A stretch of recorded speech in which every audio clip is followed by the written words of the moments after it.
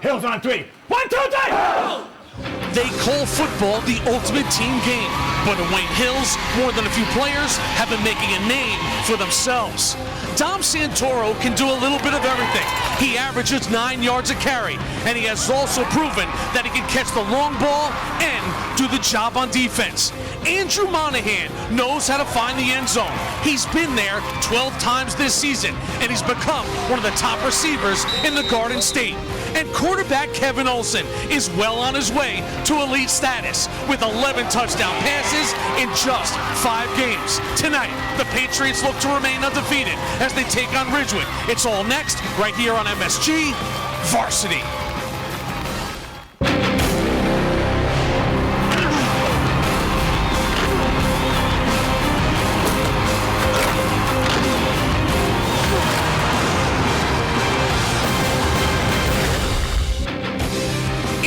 A live look at Wayne Hills High School, home of the defending New Jersey state champion, the Patriots of Wayne Hills. Our number 9 team is undefeated. They are home to take on the Maroons of Ridgewood, who are searching for a win. Well, good to see everybody. Jimmy Cavallo, our entire MSG Varsity gang, and welcome to Friday Night Football. Tonight, at the home of the Patriots of Wayne Hills. They shocked the world and took a victory out of the jaws of defeat last December against Old Tappan Giant Stadium. They have not looked back, out to a perfect start. Alongside of the call, he is a member of the New York Giants Ring of Honor, their all-time leading receiver, the great Amani Toomer. And Wayne Hills, pure dominance. They have won 7 of the last 9 Group 3 state championships in New Jersey. They're rolling once again. Once again, Chris Olson has his team humming. They have only allowed one touchdown all year on defense. They're ready to play. When you talk about the Ridgewood Maroons struggling a bit, they are surprised at their 1-3 start. But Amani, sometimes you need to take on a good team, get a good win on the road to jumpstart your season. Yeah, if you're struggling, the only thing you want as a player is an opportunity to play somebody who everybody respects in Wayne Hills to get your season right back on track. Well, it wasn't too long ago I was watching the Stanford-Cal game, and the great Keith Jackson said, for Cal, their quarterback is a stocky fella. Well, that stocky fella is working the sidelines tonight. The former Don Bosco quarterback, Stevie Levy. And Steve, there is big news at Wayne Hills tonight for the Patriots. Oh, Nelly, what an introduction. Thanks, Jimmy. But yeah, huge news for the Patriot Nation. One of last year's heroes, Troy Safino, over 1,000 yards of total offense, is playing in his first action in 5 weeks. First game, first quarter of his senior year, tore his ACL versus Hackensack. Unfortunate situation. But hey, Jimmy, not a lot of guys can come back over a ACL tear. A lot of tough guys here in Wayne. And from one stocky fella to another, Jimmy, take it away. You gotta love it, Stevie. You gotta love it. Thank you, my friend, Mr. Levy. Be on the sidelines all night. Hey, listen, game conditions are pretty good. As what we saw about an hour before kickoff, a lot of rain, but the rain has cleared up for now. 62 degrees, a little humidity in the air. The wind, not a factor as of now. We still have a chance of rain in the forecast. The Patriots will receive the football decked out in their home darks in the Ridgewood Maroons. They won their first game of the season. They have lost 3 straight games. What an opportunity taking on a defending New Jersey state champion. Young Wei Koo set to tee it up for the Maroons, and we are underway on Friday Night Football. Look at the bomb by Koo. He's got a huge future, does the junior kicker. Blast that one into the end zone. Can't bring it out in high school football. So Wayne Hills will take over at the 20-yard line. The father-son combination, Kevin Olson, one of the top junior quarterbacks in America. Yeah, great arm strength, and he can throw so well under when he's moving because he has great technique. And not a lot of quarterbacks his age show the technique and accuracy that Chris Olson shows. Well, Kevin 609 yards on the season. His brother Chris was the quarterback not so long ago here. And we are underway. First play from scrimmage. Good pursuit on defense that time by the Maroons of Ridgewood. They will keep that play in check coming down the line. So Wayne Hills comes out with their offense. Dom Santoro, Night Train Lane at the fullback, Andrew Monahan, Moskal, and Cardux. The big guys up front, the Avedisian brothers, Corey Conforth, Garrett Rubin, and Roberto Alvarez. The Avedisians, the twin brothers, 70 and 75. That's how Chris Olsen walks the halls. He says, are you 70 or 75? That's how he tells them apart. Olsen back to pass. Quick strike over the middle. Got a man, and it's going to be a first down on the money with that one. Catching that one is Jeff Zuniak. That's a demonstration of how poised this junior quarterback is. He steps back, steps up, and fires right on target. Great pass. It's not looking good early on. Hurley, Kim, and Logan, the defensive line for Ridgewood. Derico, Telesco, look out for Tripp. He's a player. Camponi and Bennett. Carol Bess, Noah Pounds, and Ryan Jenny, the guys in the secondary. So 1st and 10 now for Wayne Hills. Kevin Olsen, who grew up as the ball boy here, starting at 4 years old. To the left side he goes here. Santoro turns and burns, finds some room into Ridgewood territory. He will have a first down.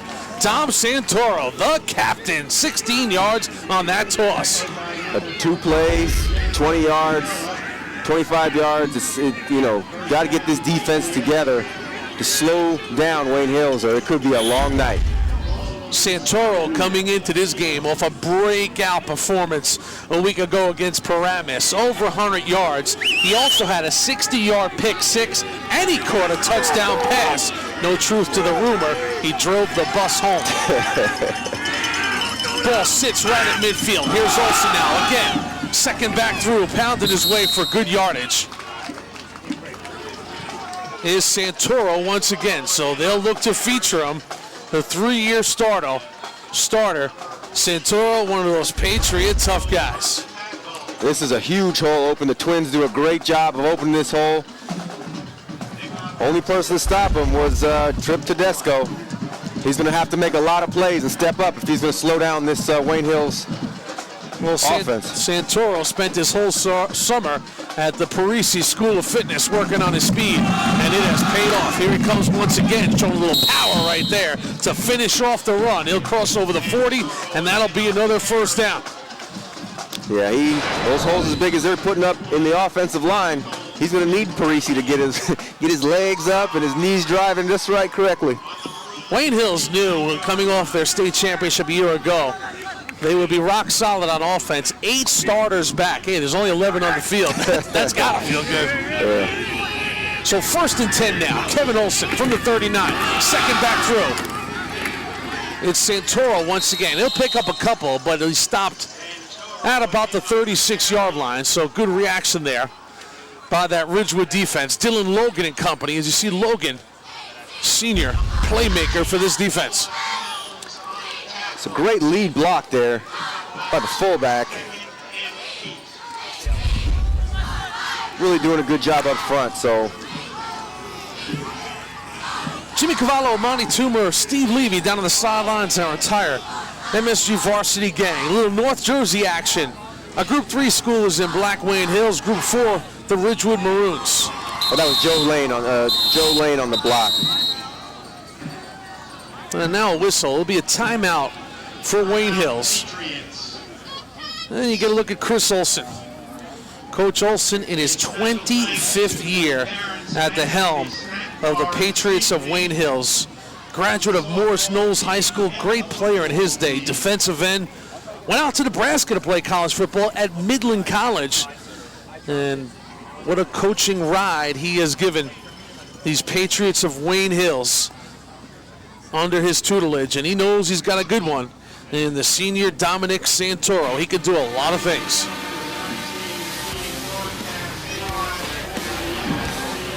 Shows his patience, shows his flexibility as a running back, catching the ball out of the backfield, and then that Parisi skills right there. Look at that. High knees, turnover. It looks really good. Early timeout for Wayne Hills. Saw something they didn't like. Yeah, I don't know what they saw because they've been moving the ball pretty well from where it stands up here in the box, Jimmy. 2nd down and 8 now for Wayne Hills. Matty Greenfield and company. A little emotional on the line. Here's Olsen now. Little play action. Olsen. All kinds of time. Deep ball down the middle. Barely intercepted Great job by the defense tracking that one. Jumping into the play was Aaron Bess, the senior captain. He soared all the way. Looks like it looks like a good fake, but great technique, throwing the ball. But it looks like there was two people in one area. Somebody must have run the wrong route, because that's not the way Chris Olsen decides his offense. It was a spacing problem there, which caused the incompletion.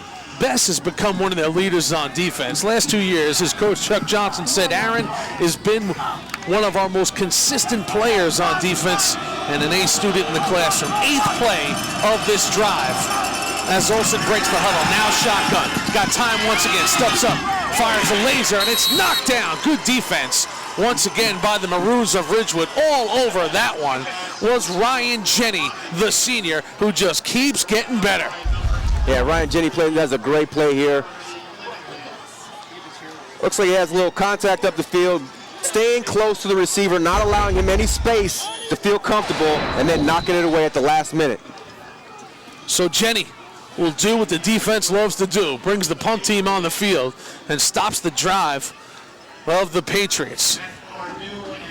Juniak. Jeffrey back to punt now, the senior.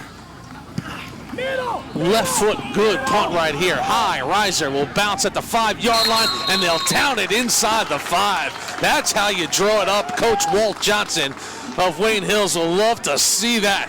Yeah, for one of their first punts all season, that was a great coverage. And this is why Wayne Hills is so successful, because their special teams are just as good as any other teams. And not a lot of high schools you'll find coverage teams like that. It's kind of a lost art in high school. So first down now for Ridgewood as they come out with their first possession with their sophomore quarterback Jamal Locke under center. Wing T offense. Looks like they're checking the play here. So Locke won the job, and now the sophomore, who's got speed, athleticism, and a good arm, running this Chuck Johnson wing T. A little variation of the wing T. They're always changing it up.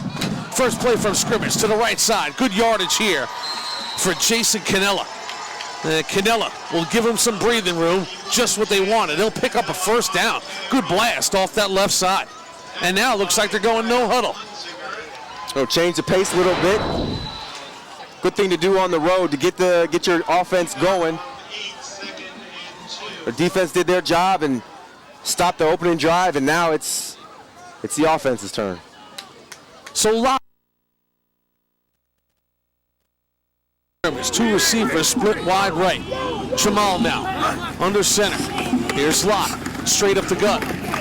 Nothing doing there. Wayne Hills was all over it. We check in with Steve Levy.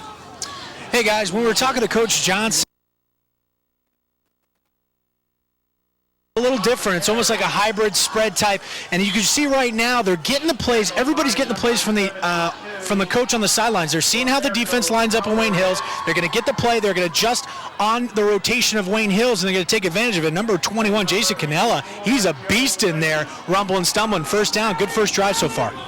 Another Keith Jackson reference by Levy. He's on fire tonight. Second back through is Peter Reuter. And listen, not easy to run the offense for Jamal Locke as a sophomore for Ridgewood. We'll go through them quickly. Canella, Fiegels, Reuter, Waku, and Johnson. Balboa, Kim, Trent, Maurer, and Sarasuolo.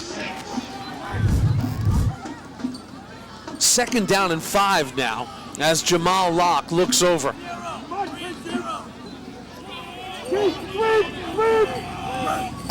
Little motion, toss sweep. Here's Blake Fiegels now. Fiegels got a lot of ability, but the defense of Wayne Hills strings this play out beautifully.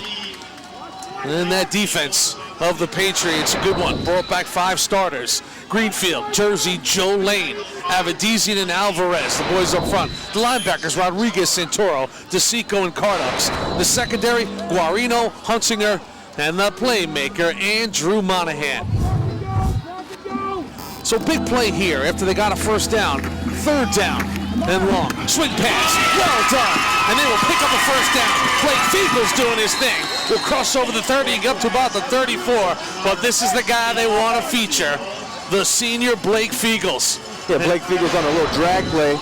I love the way he makes the first man miss. That's a sign of a good running back. When you catch the ball in open space, you got an opportunity. Now it's your job to make that first man miss like he does right there and get upfield. Great job by Blake Feagles. 1st and 10 now, so Ridgewood has a good drive going now. Back to pass is Lock. Deep ball, taking a shot down the middle. Got him in. Oh, what a catch hauled in by Johnny Edgehill. He went and got it. Johnny Edge brings it in. We were talking to Coach Charles Johnson yesterday. He said, we don't throw the ball that much. We mostly run. This is a wing tee, and now they're airing it out. 2 plays in a row, back-to-back in the air. A great play by John Edgehill, a basketball player, an athlete.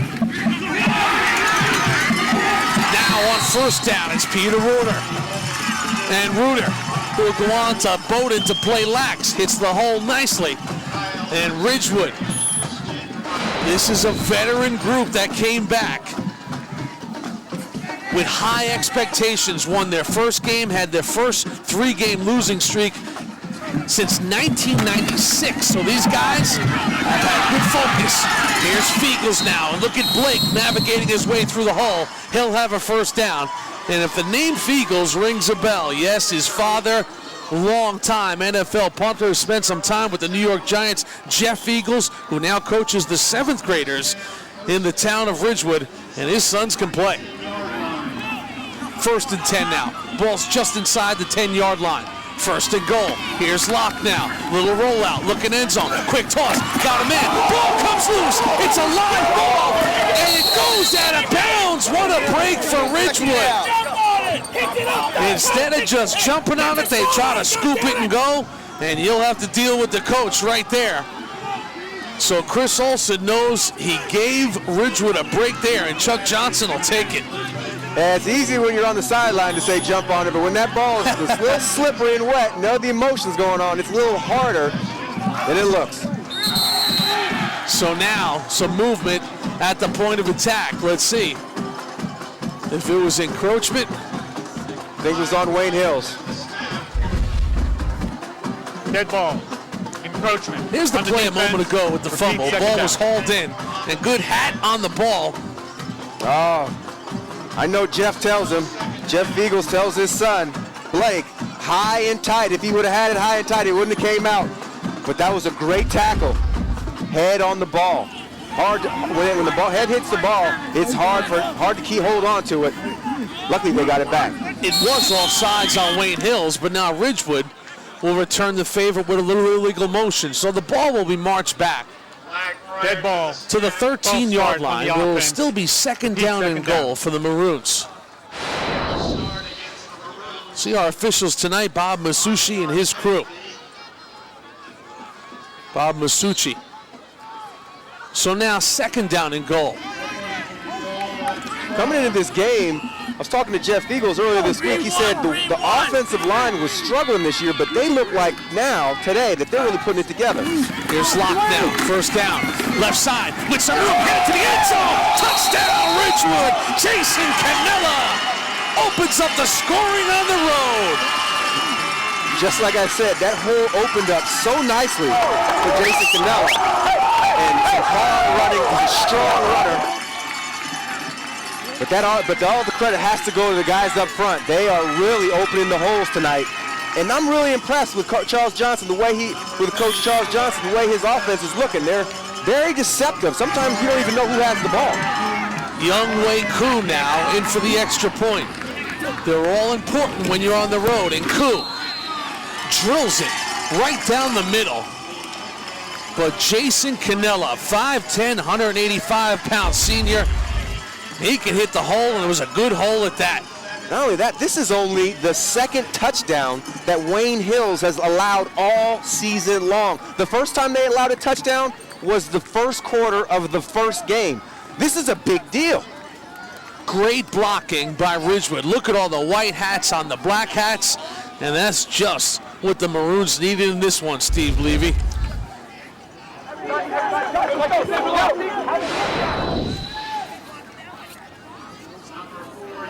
Got it right. This team is a huge deal for that. First drive inside their own 10-yard line, and Jamal Locke, not known for his passing ability, he won the job because of athleticism. Huge bomb down the field to set up that. But I'm telling you, Jason Cannella, he can run. That's some sort of counter trap ISO play. The boys up front did a good job, and they really have Wayne Hills on their heels right now. Maybe not used to that up-tempo, fast-paced offense that Chuck Johnson's got going on, but hey, huge deal. Good call, Amani. Yeah, no doubt about it, Stevie. And now Coach bombs one through the end zone. And listen, you're going against a team, as you mentioned, is only giving up one touchdown in their first 5 games. You set up shop at your own 5-yard line. You're not thinking you can go 95 yards. Ridgewood just did with Cannella on the finish. And that's the type of thing that the Ridgewood Maroons need. They need to get off to a good start. They've lost 3 games in a row. They're kind of searching for themselves. Coming to a game against Wayne Hills and have a 95-yard drive, this could change their season. That could be the drive that they're talking about for the rest of the season. Well, it's certainly a tone setter in this game as they take a 7-0 lead. But you're going to have to go a long way to beat Wayne Hills at home as we're just 7 minutes into this first quarter. Some whistles come in, and it looks like the Patriots might start. Dead ball. False start on the offense. Remains first down. With a first down and 15. Yeah, I always thought it was hard to play against teams that didn't scare you. I mean, you look at this Ridgewood team. They're 1-3. It just doesn't get you scared that these guys can beat you. And now you're not playing well. You're getting penalties.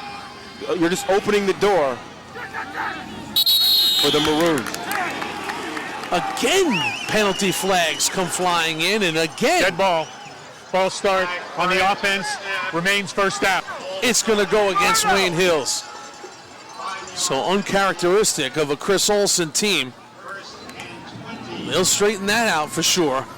Over 250 wins in his career. I'll tell you what, this Ridgewood team has, just like you said earlier, they're a very experienced group, and they know when another team is not performing up to their best, and they're going to give it everything they got to try and win this game. On first down to the right side, defended well out there. Speed to the football by Dylan Logan. Logan, excellent lacrosse player. Also out there, Mike Camporini, the senior.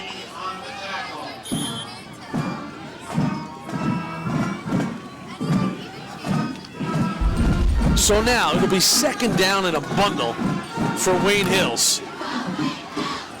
There's not many plays in the playbook that'll get you 17 yards. I mean, they got to really find a way to make this into a manageable third down situation. Allow Kevin Olson to throw the ball a little bit and maybe open this defense up, because right now they're geared up for the run, and their running game is all but stopped since the first drive of the game. Well, of course, Wayne Hills comes in the defending New Jersey Group 3 champs. What a night it was at Giant Stadium against Old Tappan. Brian Dowling, what a night, 189 yards, scored twice. It was 14-0 from the fourth quarter. Old Tappan came back.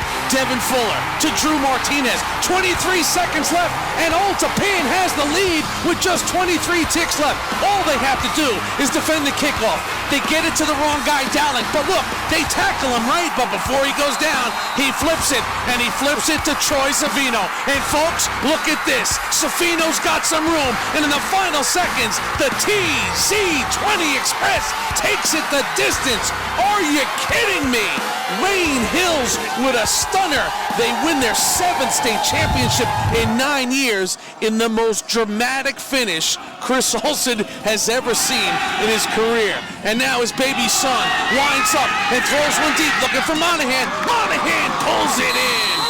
Andrew Monahan, the playmaker, 37 yards.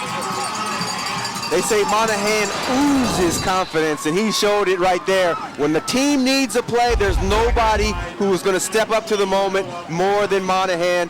And this is, I really like his technique in the quarter, the Kevin Olson, the way he set his feet, and then let the ball go. Great catch. Ooh, kept his feet in bounds as well.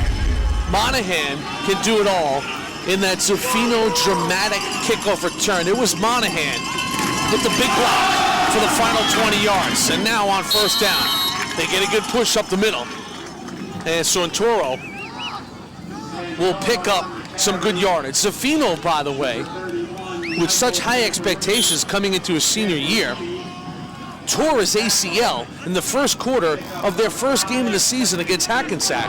But lo and behold, he is dressed and on the sidelines tonight, and they expect number 20 at some point to take the field. So now Kevin Olson takes a look once again. Toss sweep, right side. Santoro up close to a first down. He had to get over the 40. I think he's going to be just short. I'll tell you what, Santoro, he's a bull. He's tough to bring down. You see a lot of people trying to arm tackle him. He runs right through him. You're going to have to get down and get some leverage to try to bring this guy down. Well, last spring he ran track, just trying to work on his speed. And one of the many powerfully built Patriots. I don't know if there's a team in the tri-state that looks better without pads on. Maybe Don Bosco than Wayne Hills. They are jacked. The college. And the rain's starting to come down a little bit, but Wayne Hills seems like they're settling in a little bit, getting their offense going, picked up a clutch third down, and now they're moving. He makes that first man miss and tries to run through the tackles. He's a tough guy to bring down. We're going to see how that's going to last all game, because when you got a guy like that, he's not going to be at his best in the first quarter, maybe in the first half. Second half, the fourth quarter, when people are a little tired of hitting him, then we'll see his effectiveness. First and 10 now, Santoro. Wayne Hills, 10 rushes on the game, all to number 21, Dominic Santoro. And when you have a veteran offensive line, sometimes you can be a little vanilla. You can be predictable. Most powerful form of football is predictability when you can execute it and just come right at people. Yeah, the old saying is, it doesn't matter if you know we're running, you got to stop it. And that's the old school football, and I love to see that. I mean, I really do. But I'd like to see him pass a little bit just because. What a shocker. gotta air it out a little bit. Giants all-time leading receiver wants more passing. Well, here you go, Amani. Olsen rolled out, feeling a little heat, lets it fly, and he'll just have to get rid of it out of bounds. He was being chased by Anthony Balboa, the captain, 6'3", 260, number 58 in your Ridgewood program. He was coming in a big way. Oh, he sure was, but that's a great decision by Kevin Olsen. He's on the roll. Could have tried to pull it down and run it, but no, he didn't feel like he had any opportunity. Throw the ball out of bounds. It's not something a lot of quarterbacks his age would do. He's only a junior, mind you, making great decisions. Well, you wonder when Troy Zaffino will make his way onto the field. We saw him in warm-ups. He practiced all week. He was cleared to play, and Troy is chomping out the bit to get out there with his buddies in his senior year. Heavily braced up left knee. But here we go, third down, little middle screen. It's Santoro, got to get to the mark. Look at him carry the pile and move the chains. He had to finish the run off. Dominic did. You said it, Jimmy. Finish the run off, and that's what I like seeing with young backs. He's finishing the runs. That means whenever he gets tackled, his helmet and shoulder pads are downhill facing the goal line. First and 10, we check in with Stevie. Thanks, Jimmy. Yeah, one of the most highly talented junior quarterbacks in the country we get to see tonight. Kevin Olsen, Miami, Stanford, Florida recently, Georgia today. All offers, 6'3", 210 pounds, has all the tools, starting to become mentally tough. And look, now we're seeing a nice mix of pass and run with Wayne Hills. But Kevin Olsen has all the tools. They like to get him on the outside perimeter. As you can see, Amani was talking about his decision-making. Great decision, very mature for a junior. Gets outside the pocket, throws his best on the run. So obviously almost every single pass play has been on the run. They want to utilize his abilities and take advantage of it. It looks like they're getting it done right now on this drive. First and 10. As the third of the three Olsen brothers brings him up to the line of scrimmage. Santoro straight up the gut. And myself and Mike Quick this past Wednesday afternoon were sitting in Chris Olsen's office when the University of Florida called and Coach Muschamp offered Kevin Olsen an opportunity to be a Gator. And what a moment for any athlete to get a scholarship offer. But if you're a quarterback and you're getting offered at Florida, that means something, Amani. Oh, it definitely does. I mean, as a junior to go to a school to have an offer from a school like Florida, you got to be doing something right. And it's not just having a strong arm. It's not just, the things that you can see. It has to be something more than that. His decision making, his technique. Those are the things that are setting him apart from most kids in his age group. Well, Chris Olsen has been down this road before. His son Greg, obviously a tight end with the Carolina Panthers after a great start to his NFL career with the Chicago Bears. His other son Christian, Division I quarterback, University of Virginia. And now the young man who wasn't too long ago, Amani, you'd come up here and Kevin Olsen was a 4-year-old ball boy along with Andrew Monahan, and we've sort of seen him grow up before our eyes, and now he's getting offers at schools like Florida. That is something. Yeah, it is. It's not very, the apple doesn't fall far from the tree, I'll tell you that. And it didn't fall far from his big brother, Greg Olsen, dynamic player, offense, defense, what a defensive end he was in his day. One of Mike Quick's all-time players, number 9 on the all-time list. And of course, Chris Olsen would see him go on to the University of Miami, and now part of the National Football League with the Carolina Panthers. And Chris Olsen in his 25th year. The cycle is almost complete now with his third son, Kevin Olsen, out there running the show. 11th play drive that started at their 20-yard line. Second down now. Here's Kevin Olsen, brings him out. Little ball fake. Kevin Olsen looking to throw. Looking for Monahan. Ball's up for grabs. Monahan goes up and gets it. Oh, the playmaker, Andrew Monahan, pulls it in. Touchdown for the Patriots. That was a perfect example of Andrew Monahan just wanting the ball more than the defender. The defender, number 6, Matt Carew, was there. He was trying to go up for the ball, but he didn't block out the receiver. The receiver came by, used his body to allow himself to get the ball. It was a great play by Andrew Monahan and puts his team on the board and evens this game up if he makes the field goal. Martinez makes the field goal and the flag on the play. So it'll be 7-all. That penalty will be marked off on the kickoff, which always adds a dimension because if it's a 15-yarder, the ball will be moved up. But watch the adjustment by Andrew Monahan. He knew the ball was a little short. That time, Olsen doesn't have the greatest technique, but he gets the ball just enough. Foul. And watch him maneuver his body. This is called body control. On the defense, he maneuvers his body, on the has a little kickoff. hip check like in hockey, knocks Matt Carew off the ball and allows himself to score another touchdown. That's 13 on the season for him. Andrew Monahan. KO. Kev Olsen, Monahan. He plays with swagger. Chris Olsen said of Andrew Monahan, he's a little bit of Devin Hester, a little bit of Deion Sanders, and he caps off an 11-play, 80-yard drive that took nearly 5 minutes with a 10-yard TD reception that seemed like longer than 10 yards because Olsen was so deep on the rollout. But Monahan went up and got it. You know you're going to see that one Tuesday night on Quick 60. Get all you need to know about high school football on a Quick 60. Join Mike Quick as he reveals the top 25 teams in the tri-state area live. That's a Quick 60 on football, Tuesdays at 8 p.m. only on MSG Varsity, only on Optimum, never on Fios, never on satellite.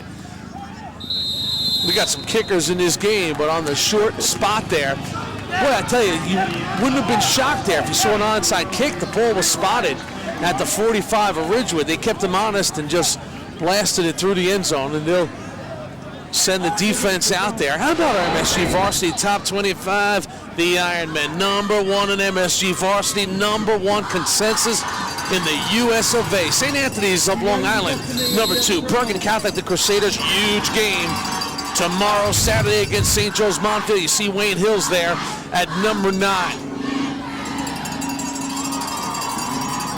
So you're saying that it would be a good idea to onside kick. I don't think so because, you're going to make this team. Ridgewood is struggling. You want to make them go 95 yards. You don't want to give them the short field at all. So Ridgewood out now, 1st and 10. Here's Blake once again. Feagles is loose, cuts it across the 40, looking for a block and gets it. Blake Feagles fighting for more yardage, and he will be across the 40-yard line to about the 39. 40-yard run by Blake Feagles, who has come out with the game face tonight.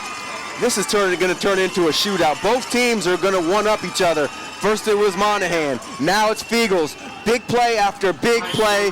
This could be a very exciting game because Ridgewood is trying to make their season and turn it right back to where they're supposed to be. It was Reuter to Feagles there, a little reverse. Now on the rollout, Jamal Locke tries to keep it. Locke will be tripped up as he gets to about the 37-yard line. Good job there coming down the line of scrimmage by big number 72, Roberto Alvarez, the 2-year starter. And Alvarez has done such a great job. Young man who has battled some adversity. As a sophomore, he would lose his father, and they said from that day on, Roberto Alvarez became the man of the house. He grew up fast and became a man. And it is not lost on the head coach, Chris Olson, how mature Roberto Alvarez is. Wait, stay over. We've got an untimed down. We got an untimed down. We have an untimed down. Untimed down. Stay here, untimed down. So the first quarter has come to an end, but now we'll have... I think we have an untimed down. The old untimed down. Untimed down. First down. So Locke looks over. We are tied at 7 here. Triple zeros across the board in the first quarter, so a little bonus coverage here we have for you. We're going to give you 48 minutes and about 15 seconds of football here on Friday Night Football. There's Locke now. First down in a bundle. Locke hands off left side. With some room that time was Jason Cannella. Good tackle that time by Christian Rodriguez. I'll tell you what, if Christian Rodriguez wouldn't have got him by his feet, I mean, that could have been a long run. Jason Cannella was off to the races. If that was, he had a whole bunch of blockers in front of him. He was ready to go. Well, the 1970 Ridgewood grad Chuck Johnson came on the road to see Chris Olson and his Patriots. And I'll tell you what, after 12 minutes of football, where they come out through the helmet as the defending champs, Ridgewood would open the game with a solid scoring drive. Locke and company would see Cannella finish it off. But of course, Monahan, the playmaker, alongside Santoro, they would respond. The first quarter's in the books, tied at 7 on Friday Night Football.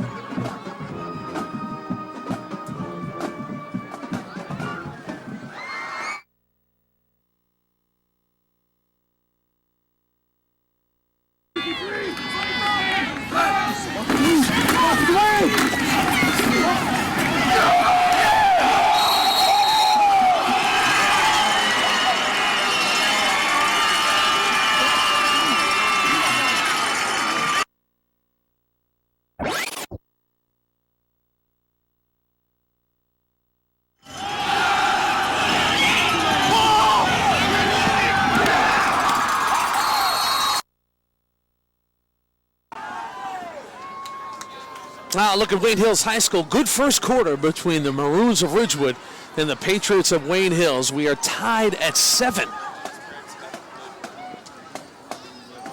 So we get set here for the second quarter. And if you think Chris Olson is the leader of the Olson family, think again. The real leader is with Steve. Thanks, Jimmy. Over the last 25 years, we have the glue right here. Mrs. Olson, Sue Olson, thank you so much for joining us. All right, you did it with Chris. You did it with Greg. Now you're doing it with the baby. Does it ever change? Oh, it doesn't change. I'll tell you, it's still exciting. It's still something to look forward to every Friday night. Having their father coach them, it's just the biggest thrill. Okay, October now, breast cancer awareness, a little bit close to your heart. It's very close to my heart. 10 years ago, I was diagnosed with breast cancer. It was during football season that I went through probably the hardest time with the chemotherapy. Christian was a senior, Greggy was a junior.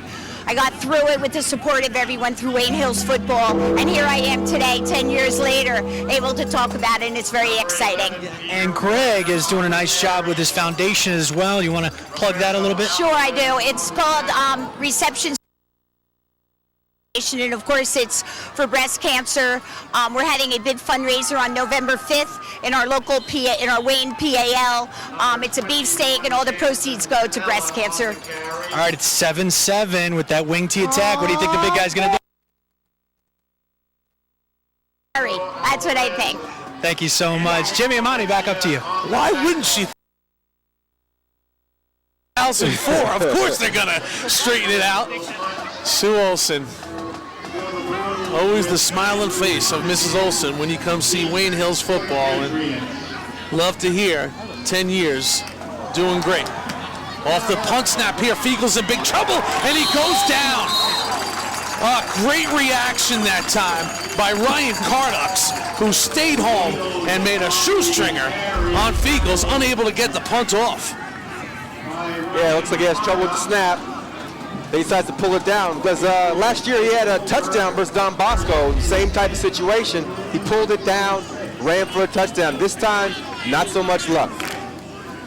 Well, you mentioned you don't want to give teams a short field, mistakes like that. And now Ridgewood will have to defend. As you see our total yards, 7 all game, you expect it to be close. I don't know about that close. 1 yard separates these two teams. Both have 3 penalties, the same, everything's the same. Little play action, deep ball down the middle, got a man, oh, just over the hands or right through. Near connection that time from Kevin Olson. And nobody feels worse than Shunyak. He had some separation. Watch the ball fake. That was a great play fake. See, it holds the linebackers. Trip Tedesco gets held just for that second. That's all you need. He outran everybody. Shunyak, big target, 6'5", 200, had a touchdown catch versus Wayne Valley. And that's the long green mile, walking back to that sideline to see Coach Olson. But you saw the positive reinforcement by the 25-year skipper. Told him you'll get the next one. And on second down, would not have been an easy catch. Full extension, all hands on that one. Good job by the defense there, staying home. Costa Rico and company. But you know, if you play receiver, you're gonna catch some. You're not gonna catch some. You just gotta catch more than you don't. Spoken like a receiver, no doubt about it. But Derrico, good play right there. And now brings up a 3rd down and long. So the defense catches a break on the near connection between Shunyak and Olson. And now big 3rd down here. Kevin. Empty backfield. 5 receivers in the package. Trips right. A little quick out. Got to have some work down on the right side. And they will not get there. Be about 5 yards short. Into the hands of Mikey Guarino. A little screen to Guarino. And it looks like now the punt team will come out with the ball sitting at the 40-yard line, but they defended this one well. Oh, yes. They saw the screen coming all the way. And Costa Rico, I mean, he really fought off the block and ended up forcing that tackle. Yeah, Chris, the junior. Chuck Johnson said at number 47, Chris, real program kid, hard worker, done his job, and earned that spot on the field. And now Shunyak out there to punt. Here's Jeff. Left foot, good, high punt. Once again, bounces towards the goal line. This one will carry into the end zone. That's a break for Ridgewood. And they'll set up shop at their own 20-yard line. Just underway here, second quarter. Good ball game, Ridgewood and Wayne Hills. Ridgewood opened some eyes this year in their game against Don Bosco. They hung in there in the first half of that game. Trailed only 7-0 with a minute or so left. Don Bosco punched it in to take a 14-0 lead at the half and win the game 35-0. Really never in doubt, but not an easy team to spar with. Now a first down, straight up the gut for the Maroons. Well, that was the first of their 3 straight losses. They would follow that with a whooping at the hands of Ramapo, an admitted whooping. Well, they've had their moments. 3 state titles, 1991, and then the back-to-backers in 03-04. Chuck Caliadis, who's now on the staff, was the quarterback in those 03-04 teams. Brian Mercer and company, what a squad that was in the back-to-back title teams. Straight up the gut, nowhere to go once again on second down. And the thing, looks like Wayne Hills figured out this wing T. well, what Chuck Johnson loved about that back-to-back was his offensive line, 24 straight starts in those years. Mikey LaFleur, Mike Monfred, Steve Loika, the great Tommy Albano, Jeff Clark, and the tight end was Nicky Restivo. You get 24 straight starts out of an O-line, that's cohesion. The translation, back-to-back state titles. And now look at the defense of Wayne Hills rise into the occasion. They will sack Locke. Watch this one. It's Santoro here coming up. Yeah, it looks like Locke had his head outside, didn't get enough room to actually get the ball off because Edgehill again.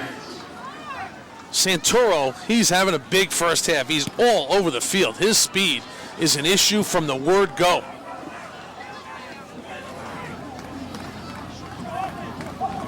Just a great job from the linebacker coming on a stunt. Santoro runs track. His favorite movie, Friday Night Lights. Favorite pro athlete, Maurice Jones-Drew. Oh. And Maurice Jones-Drew went to my high school, so. De La Salle Another Spartan. Another De La Salle Spartan. California kid. And hey, what a moment here. Let's checking in for the Patriots of Wayne Hills. There he is. TZ20 is back on the field with his buddies. Torn ACL and all on that left knee. But Troy Zaffino is back. And look, right away, they're going to swing it out to him. Here's Troy now. Takes the first hit. He'll pick up about 5 or 6 on the play. And it had to be a dark moment. You've been down that road, Amani. You've torn both your ACLs. You get the news from the doctor. You got a torn ACL. Zaffino has battled his way back 5 weeks later. It's not perfect, but he's out there. Yeah, it's high school, you know. They want to go out there and do everything. These guys have been playing with their same group of guys ever since they're, started in Pop Warner football, and you just don't want to leave your guys out. And give an opportunity to come back and play is special. So Santoro now. Check that. That's Christian Rodriguez. Rodriguez, 185-pound, powerfully built junior. And Steve Levy, Troy Zaffino, he's looking for another touch. Yeah, talk about inspiration. You tear your ACL the first game of your senior year. 5 weeks later, you're back on the field with your boys. And I talked to Coach Olson before the game. I was saying, what are you going to do with him? He said, we're going to give him 10 to 12 plays. We're going to see how he adapts to it. We're going to see how he adjusts and see how he feels. It's all about Troy. It's a senior year. Obviously, he wants to go out with a bang and help lead to another state championship. Here's Olson now. Left side. Look who he's looking for. Zaffino pulls it in. Does he get there? Out of bounds at the 3. TZ20 is alive and kicking in 2011. Seemed like they checked to that play. It looked like there was some communication between Kevin Olson and Zaffino. Go deep. That's what he told him. Caught the ball. Just looked a little rusty. If he would have been in there for more, he wouldn't be out with ACL. I knew he would have scored on this play, but that was a great effort, especially under the circumstances of his ACL. First and goal now. Here they go. Banging his way forward is Rodriguez. Second effort. Into the end zone. Touchdown. Oh, Christian Rodriguez would not be denied. Tough, hard running that impressed the coaching staff to get that opportunity. And C-Rod scores for Wayne Hills. Yeah, it's his first year starting. He's taking full advantage of it. They gave him 2 carries on this drive and made the most of both of them. And that one, he cashed in for a touchdown. So Wayne Hills now with their first lead of the game. After the big connection, Olsen to Zaffino. Rodriguez finishes it off, and Eric Martinez with the extra point. 4 plays, 46 yards. 1 minute and 15 seconds. It didn't take long. The play was well blocked, but Rodriguez just kept his feet going. That's very important for a young running back. Always keep your feet going. That's what makes a great short yardage back. Keeps his feet going, keeps his balance, and takes it in the end zone. That is what you want out of a young short yardage running back. Well, you see Rodriguez. And Wayne, one of the areas in New Jersey heavily affected by Hurricane Irene, and the Rodriguez family, they were displaced their home. And Rodriguez, tough times for them, but good positive disposition by Christian and the family, still out there doing his thing. And now Ridgewood tries to battle back.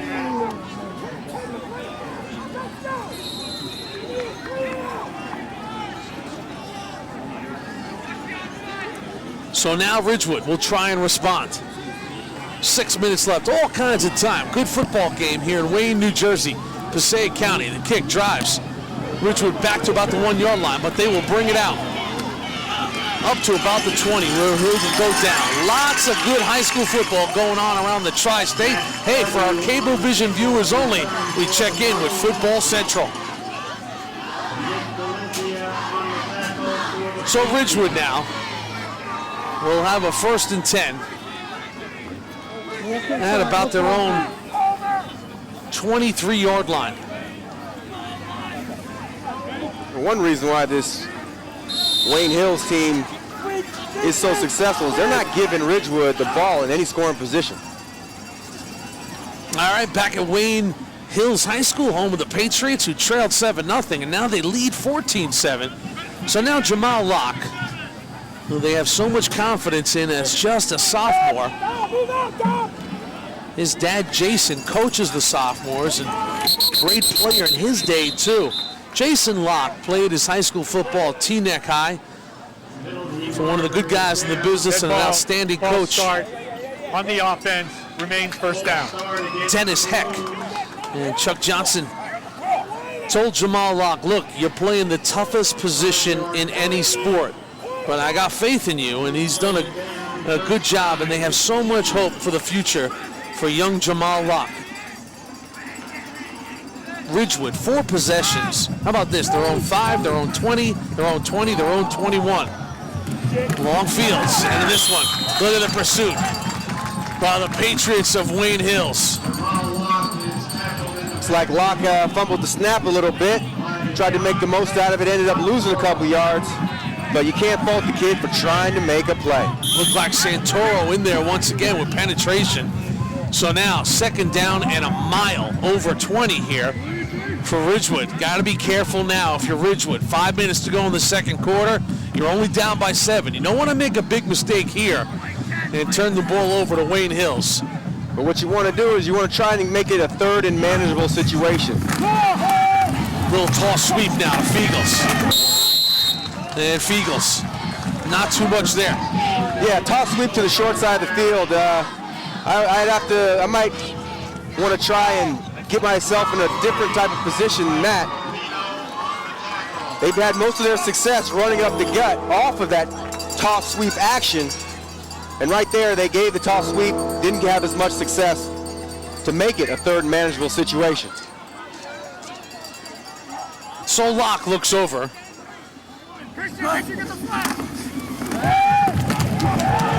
Too much pursuit by the Patriots of Wayne Hills. They were coming, and it was Jersey Joe Lane, Night Train Lane, the senior captain.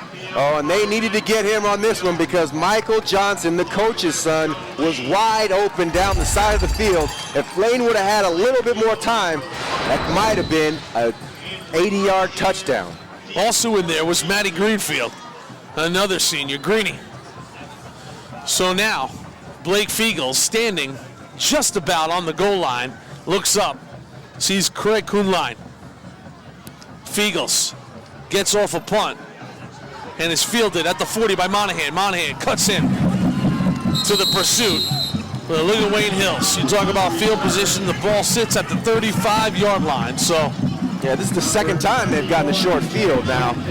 Their first touchdown They drove the length of the field. Their second touchdown, they had the short field, and right now the momentum is shifting over to Wayne Hills because they're consistently getting the shorter field, meaning their offense doesn't have to have an 80-play drive. They only need 34 yards, 36 yards, and they're in pay dirt again.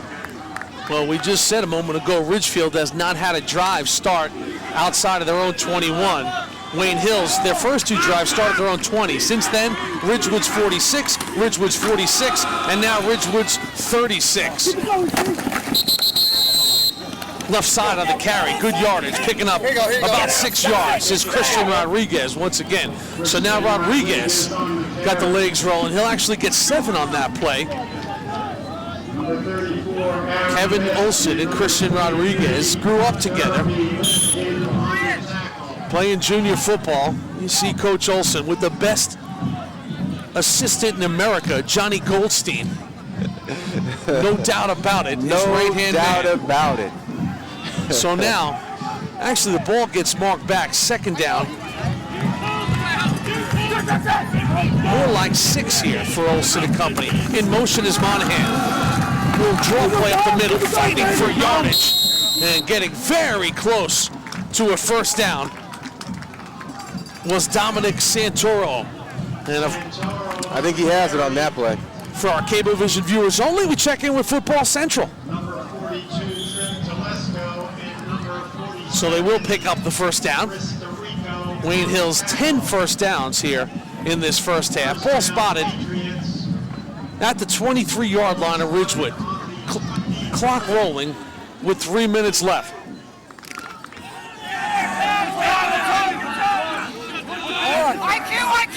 So back in Wayne here, decisive moment for the Ridgewood defense. Can they keep the Patriots off the board? Oh, good job by Rodriguez to run through the first tackle, and then a good reaction by the defense of Ridgewood. We check in with Stevie Levy. Thanks, guys. It's not too often you get to have a Super Bowl champion in the booth, and I get to interview a Super Bowl champion, ex-punter for the New York Giants, Jeff Fiegels. But here's a parent and a fan and a coach. And Coach, I got to call you Coach. That's great, huh? Yeah. Going in Ridgewood, obviously you played for the Giants for a long time. You moved to Phoenix, you moved back to Ridgewood. What's it about Ridgewood that's so special? Well, you know, it's really a special place. It's just the community, the people that are there, the town, the schools, the junior football, the high school football. It's just a great place to live, and you know, having my kids grow up in town. My son Blake here tonight's being a senior. My older son, who went to the high school here, has gone on to college now. So it's just fun, and it's just a lot of great people in our community. And we come out, and you know, we're close to over here in Wayne, and we have quite a rivalry with junior football against Wayne too. That's right. You're coaching the 11-year-olds. Talk about that. What's that like? It's been a special thing. You know, I was coaching my son Zach, who's now in 7th grade, ever since he was in 3rd grade. So while I was playing for the Giants, I was coming out of Giant Stadium and heading right over to the practice fields for junior football, and it's a lot of fun. I enjoy being with the kids, and I enjoy teaching them a little bit about the game of football, the game of life, and things like that, just to help them. You know, something that when they get into high school and they get to play up here for Coach Johnson, that they're able to know the offense and get a little head start on it. All right, Jimmy, I heard you have a question, Jimmy? I do, Steve. Ask Fiegels if Toomer leaned on him for a little inside Ridgewood information. A couple former Giants. Jimmy Cavallo wants to know, did Amani lean on you a little bit? Talk about the Ridgewood, trying to get some inside info. You know, Amani does such a great job in his preparation. You know, I just added just a little couple things with him tonight. And actually today I told him a little bit. I just told him you got to spotlight number 16 out there. That's all I told him. And your son, obviously getting recruited at the next level as a punter, but he's quite the athlete as well. Yeah, I think he's a little bit torn on what he wants to do. It's a lot of fun to watch him. You know, my older son who punts, we didn't get to watch him play real football. We get to come out here today and watch Blake run around like a crazy man. So it's a lot of fun.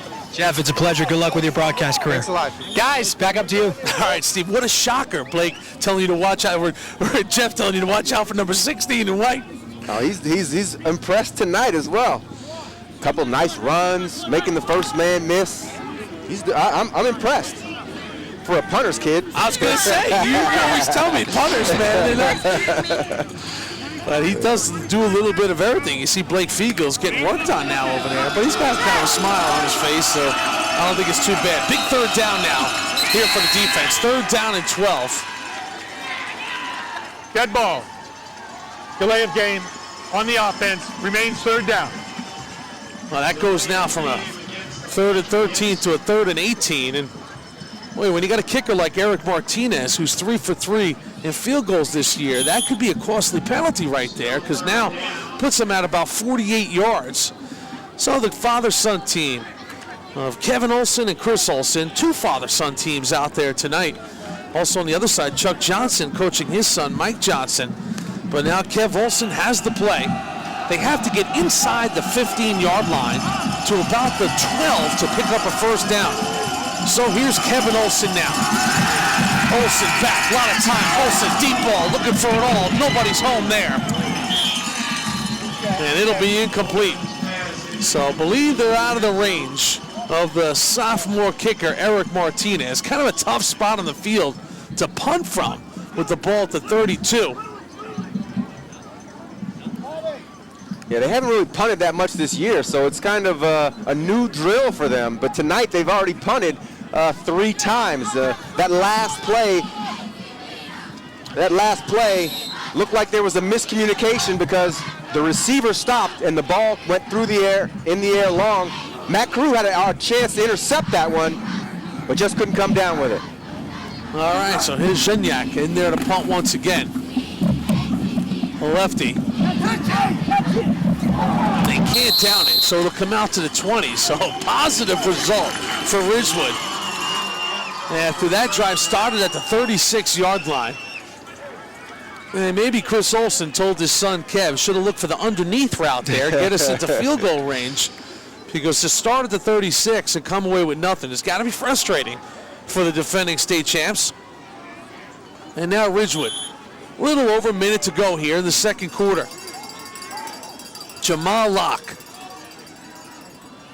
Locke, who'll be a 3-sport varsity participant this year. Also will play basketball and baseball. He's an old school athlete. Baseball, basketball, football.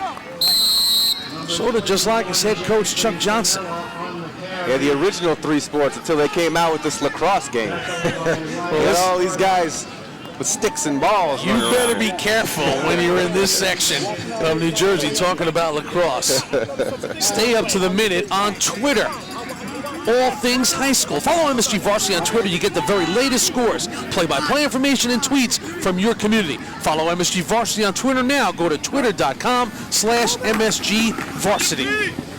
And, of course, Ridgewood really, for a long time, was the home office for lacrosse in the state of New Jersey. The landscape has changed, but still one of the better programs in the tri-state area. Coach Mike Pounds does a great job. His son Noah Pounds on the field tonight for the Ridgewood Maroons. I thought they'd be a little more aggressive here on with a minute 30 left.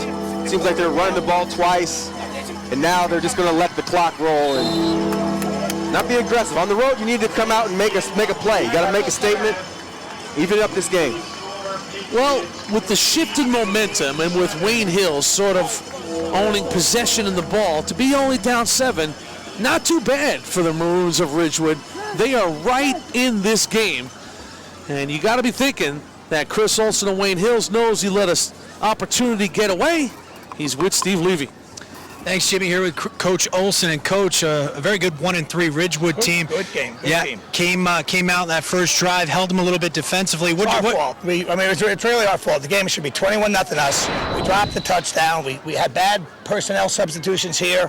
We forced a fumble, and we get selfish and try to scoop it up instead of falling out. It should be 21-0 us, but it's not. So we're in for a heck of a game. What do you tell your kids at halftime? Keep playing the way we're doing. We're fine. All right. Thanks, Coach. Good. The ever so candid leader of the Patriots of Wayne Hills.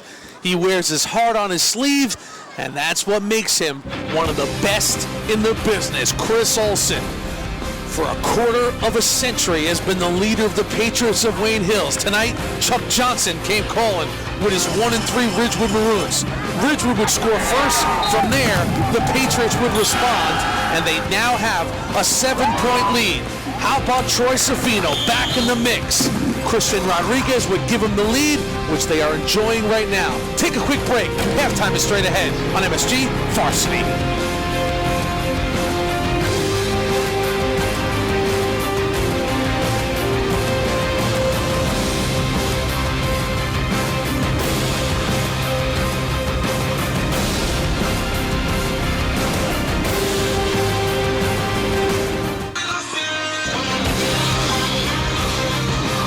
taking a live look at Wayne, New Jersey, home of the Patriots of Wayne Hills, the defending New Jersey state champs who won it last December at Giant Stadium and are out fast at 5-0. They lead this game by 7-0. Jimmy Cavallo and the New York Giant legend.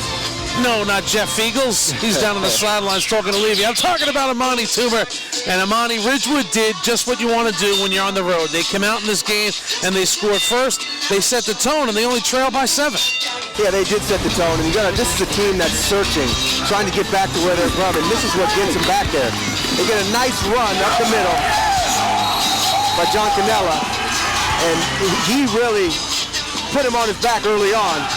But you can't slow down for too long, Kevin Olsen. Great throw to Andrew Monahan, and then up the middle to Christian Rodriguez. Short yardage play, he keeps his feet running, and there we are, 14-7. So Jason Cannell opened up the scoring, and then of course it was Monahan and Rodriguez, 7-point lead. Take a look at our halftime stats here. Rushing yards go by the way of Wayne Hills, the passing yards. Everything kind of tilts to Wayne Hills, but it really doesn't matter. It's a 7-point game and 24 minutes of football left. Anything jump out there to you? Well, two teams have 5 penalties each, but the starting position, Ridgewood starts at the 17-yard line, and Wayne Hills starts at the 42. That's a big difference. That means Wayne Hills' offense has to go a much shorter distance to score. And they have scored twice, and Ridgewood hasn't, only scored one time in a 95-yard impressive drive. But that's what really stands out to me. So as we roll on here at halftime, before we step aside, let's go down to the field, check in with Mr. Levy. What's up, Steve-O?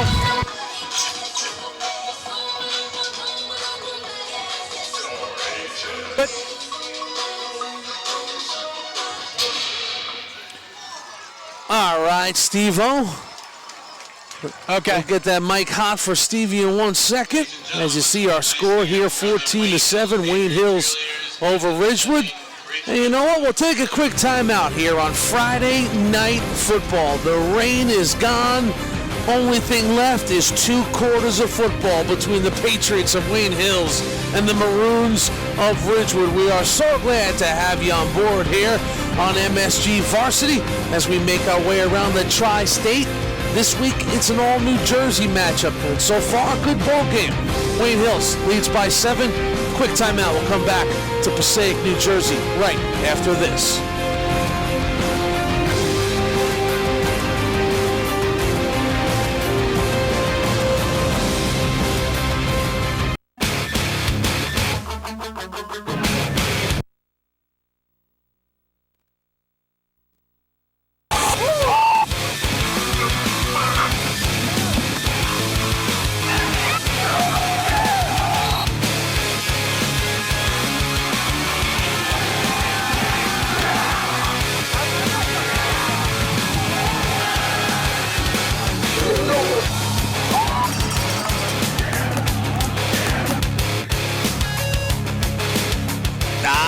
The sights, the sounds, the images of Friday Night Football right here on MSG Varsity. Wayne Hills with a 7-point lead over the Maroons of Ridgewood. Now we check in with Steve Levy. Thanks, Jimmy. I'm here with the leader of Wayne Hills, third-year principal, Scott Beckman. Principal Beckman, how you doing tonight? Thank you. All right. Friday Night Lights. MSG Varsity is here. Your team's up by 7. You got to feel good. We feel very good. We always feel good when Wayne Hills football's on the field, but I'll tell you, Ridgewood's playing a heck of a game, so they're tough. You never know. All right, to my understanding, this week you're going to welcome in a new member of the family, new superintendent. Yes, we actually, the board approved the new superintendent, Dr. Gonzalez, last week, and we do welcome him to Wayne, not just Wayne Hills, but Wayne in general. We hear some wonderful things about him, so it's going to be fantastic to have him on board. All right, outside football, we all know about the dynasty here with Coach Olsen, but outside, you have the band and the cheerleaders putting on quite a show. Yeah, they do a wonderful job. I mean, they work as hard as any of the teams on the field, so they're here all the time. We have a competition for the band tomorrow night. They're absolutely fantastic, and they make the show tonight with the football team. It's all 3 of them together that makes it such a wonderful event. Scott, thank you so much for your time. Good luck with everything. Jimmy, Amani, back up to you. No doubt, Stevie. Thank you very much. And it's actually turned out to be a nice night here in Wayne. Yeah, considering what it was earlier, it was really coming down here. Thought it might affect the game, but we got it off. Important ball game for both these teams. Ridgewood trying to keep the playoff hopes alive at 1-3. And Wayne Hills, after Bergen Tech next week, they'll go on the road to their other arch rival Ramapo and then take on the Green Knights of St. Joe's.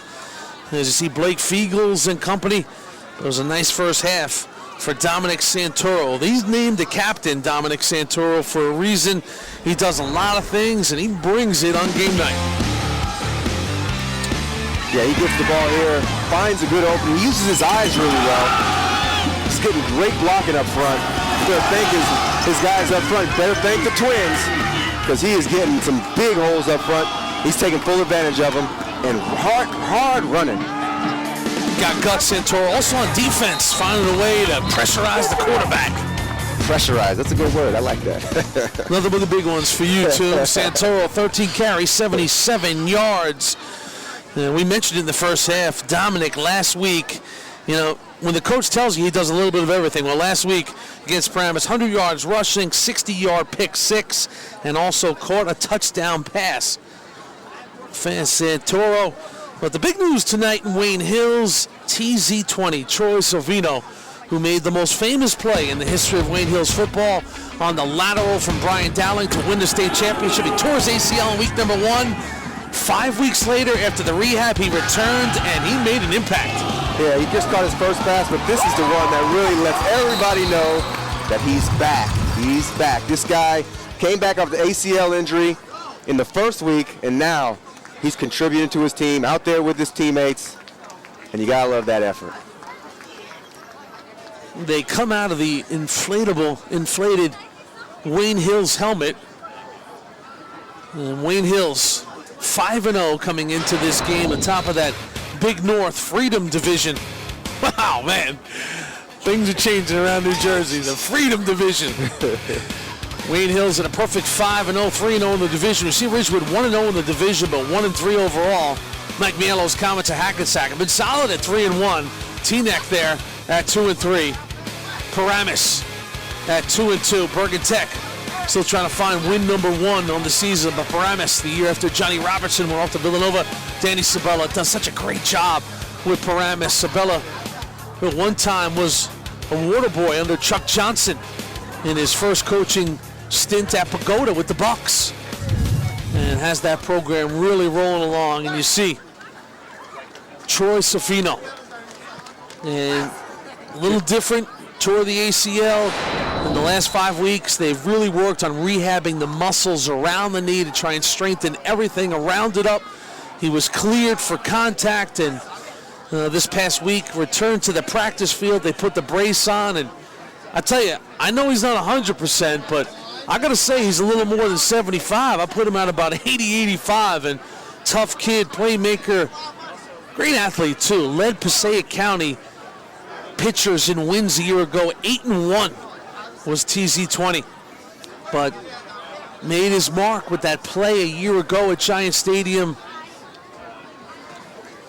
leading Wayne Hills to their 7th title in 9 years. And listen, winning championships at Wayne Hills is nothing new, man. They could do it all. You go back to 2004 against Demris.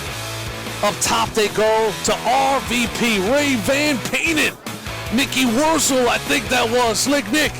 And then in 05, Par Hills. No contest. They roll to another championship. In 06, Par Hills once again, 23-12. Again, it's Ray Van Painen. Then the senior, Chris Olson, gets the bucket bath. Just no stopping this glove.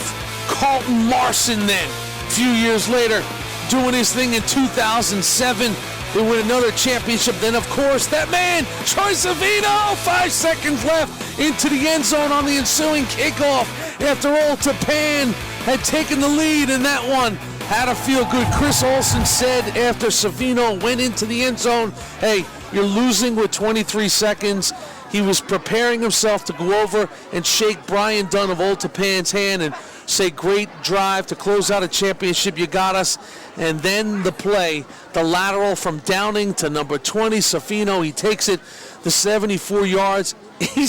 Chris Olsen said, I almost passed out. I would too if I was the coach. They call it the miracle at MetLife, because it's not Meadowlands, it's a MetLife. And I just watched him warm up right now, and it looks like he's trying to warm his knee back up, because I remember when I had ACL doing the rehab, it wasn't initially warming up. It was once you warmed up, then took a little bit of break, like a halftime, and then came back and tried to get it warm again. That was always an issue for me. But, you know, he's obviously a lot younger than I was. And Troy Zaffino, he seems like he's well on his way. Have another couple plays. He's only had about 5 or 6 plays, and they wanted to give him 10. So I want to I anticipate him having a little bit more action in the second half.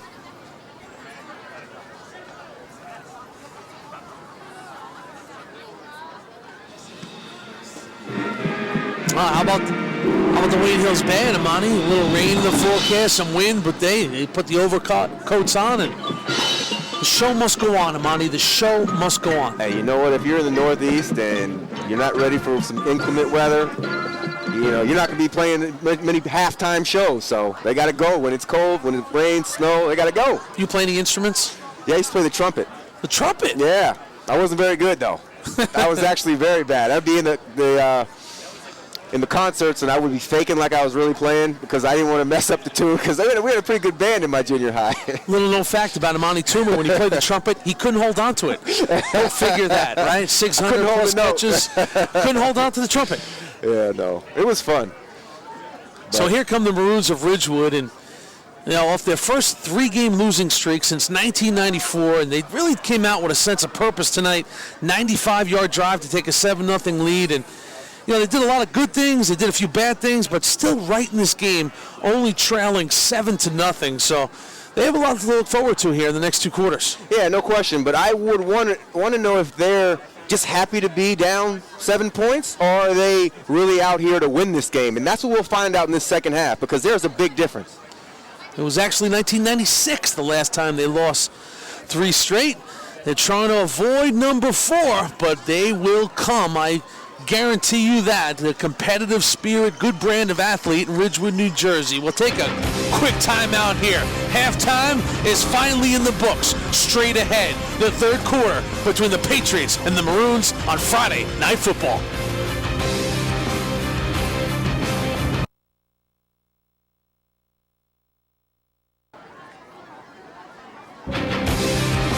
Well, Ridgewood head coach Chuck Johnson graduated Ridgewood High School in 1970. He was a 2-way player on the O-line, D-line for Roger Sweeney. His club trails by 7. Before we start the 3rd quarter, he's with Steve Levy. Thanks, guys. I'm here with Chuck Johnson. Coach, 14-7 at halftime, and your guys are playing. What do you tell them at halftime to keep believing and keep fighting? Well, I think we've just got to keep doing what we're doing, Steve. We're playing good on offense, playing well on defense. Gave up a couple of cheap passes, and other than that, I think we're doing a great job. You know, so the kids were very excited, and you know, my team is back. So that's what's exciting. We're playing hard and we're having fun. All right, good luck, Coach. Thanks. Thanks. All right, and most important, Amani, something you could always rally around in a locker room when you trail to half is if you get the ball first, and they do, Ridgewood. Yeah, getting the ball first is a big plus, and that's probably why they weren't aggressive going into at the end of the first half. I thought they should have tossed the ball down the field a couple times just to see what they can get. Well, they ran it 3 times, but they get the ball back, and we'll see what they're going to do in this half. Tie score again. 24 minutes of football left. Another booming kickoff. Fielded inside the 5-yard line, dancing his way for yards. And taking the ball up over the 15-yard line, where the Maroons will set up shop at about the 22-yard line, I should say. So Jamal Locke, the sophomore QB, 3 for 3 in the first half for 51 yards, brings this wing T offense out. Now Locke.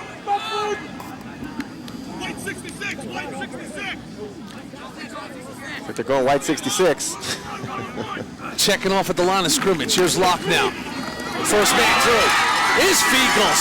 Cutting it to his right, and he's loose. Blake Feagles down the right sideline. Only one man to beat. Blake is looking for a block. Cuts it inside. He will go. 79 yards for Blake Feagles on the first play of the third quarter. And don't count the Maroons out yet. I know one person that's happy over there, and that's his father, Jeff Feagles. He says he doesn't know where he gets this athletic ability, but he got it. And this guy running down the field, making some great moves to get himself in the end zone. Great blocking at the point of attack, and Feagles will capitalize in a big way.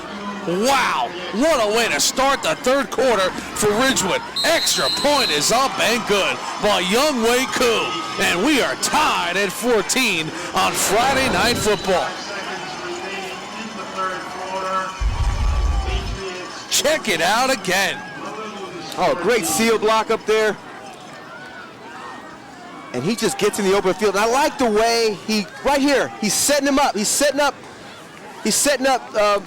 Andrew Monahan. He's setting him up, and he finds a way to get in there. Watch him. He allows his block to take hold and gets all the way in the end zone. A great play.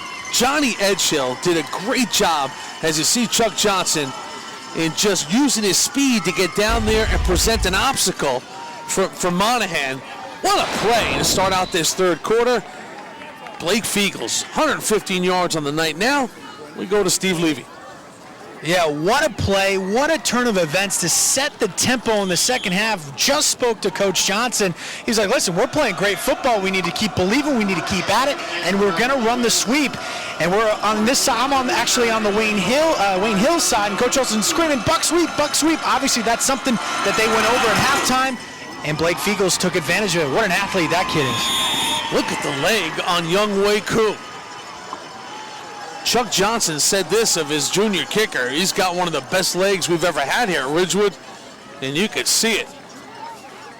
But Blake Feagles, his father Jeff played 22 years in the National Football League, made 352 straight starts, never missed a game in 22 years. It's an NFL record that will never be broken. Played for 5 teams, including the New York Giants. And his son, Blake, wow, what a play. Fastest kid on the team. We saw an example of it right there. So now, back comes the Patriots. This one is complete over the middle.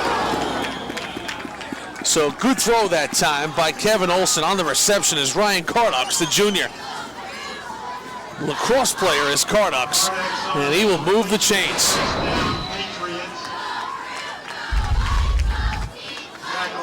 The young quarterback displaying great fake, getting out to the pocket, just finding his receiver. He's just picking his defense apart. He loves to get out of the pocket, and he throws well on the pocket. He's at his best. 1st and 10 now for Wayne Hills. Little toss sweep left side, looking for yardage. Penalty comes in. Trying to get Andrew Monahan involved, giving him some carries.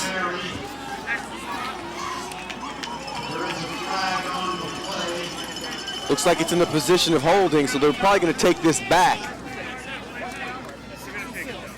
Well, not the start Chris Olsen was looking for in this third Clock quarter. in the back by the offense. 10-yard penalty. Repeat first down. I love how they the referees walk the ball back. That reckons you back to old NFL, and they step it out. I like that. You don't see that much anymore. 6th penalty for Wayne Hills, and now it'll be first down and 18. So Kevin Olsen, solid game for him so far, but now looks up, and the junior's in a tie ball game. Back to pass now. Out to the flats, nobody home there. And he just had to get rid of it. So we'll bring up a 3rd down and long now. Yeah, that was a good decision on his part. He knew he didn't have anything. He was in the pocket, so he couldn't just throw the ball away. He had to throw it short so that it wouldn't be intentional grounding, but he knew that rush was coming.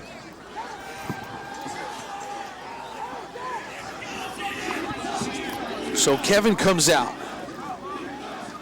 Olsen, second-year starter, as a sophomore a year ago, led Wayne Hills to an 11-1 season and a state championship. Their only loss to St. Joe's, 35-14 after they led 14-0. Now Kevin back to pass. A lot of time, flushed out of the pocket, looking for a receiver. Can't get it to Monahan, and the punt team will come out for Wayne Hills. Oh, this Ridgewood team is charged up. Had a great rush on the outside by Michael Johnson, forcing the issue, making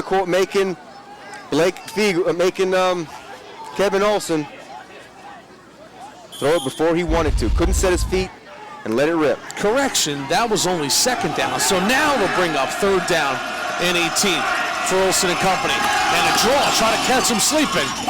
And a good job by that Ridgewood defense. They'll give up a few yards, but Trip Telesco on the tackle. The Lehigh-bound captain. He'll go play lacrosse at Lehigh, number 42. In your Ridgewood program, he'll go play for the great Kevin Cassis, your head coach at Lehigh Lacrosse. And one of the better tacklers they've ever had at Ridgewood. Makes a good play there. Out comes the punting unit. Back deep now for Ridgewood is Matty Cardew.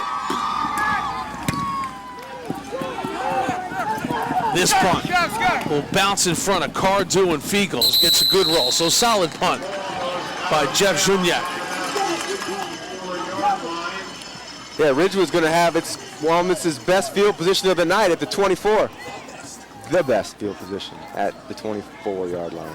Hey, you know the high school sports desk now has dedicated regional coverage. You can watch 30 minutes dedicated to Long Island, New Jersey, New York City, or the Hudson Valley, Connecticut. High school sports desk, weeknights at 7 p.m., only on MSG Varsity, only on Optimum, never on Fios, never on satellite. So now 1st and 10 for Ridgewood, and don't look now, but Ridgewood has a chance to retake the lead in this game. They opened up the scoring at 7-0. Straight up the gut, look at the pursuit by that Wayne Hills defense. Nothing doing there. Now you see Jamal Locke on that play running scot-free. Now later on the game, you're going to see him keep that ball and head around the end. The captain, All-County defensive end a year ago, night train Joey Lane. So a loss of 2 on the play. Here's Locke now on 2nd down. Catching an audible now from the sidelines. Now Locke. Little late motion, and it was an illegal motion. Yeah, you know, you get your big offensive lineman, you hold them down there for so long. Infraction. On the offense, remains 2nd down.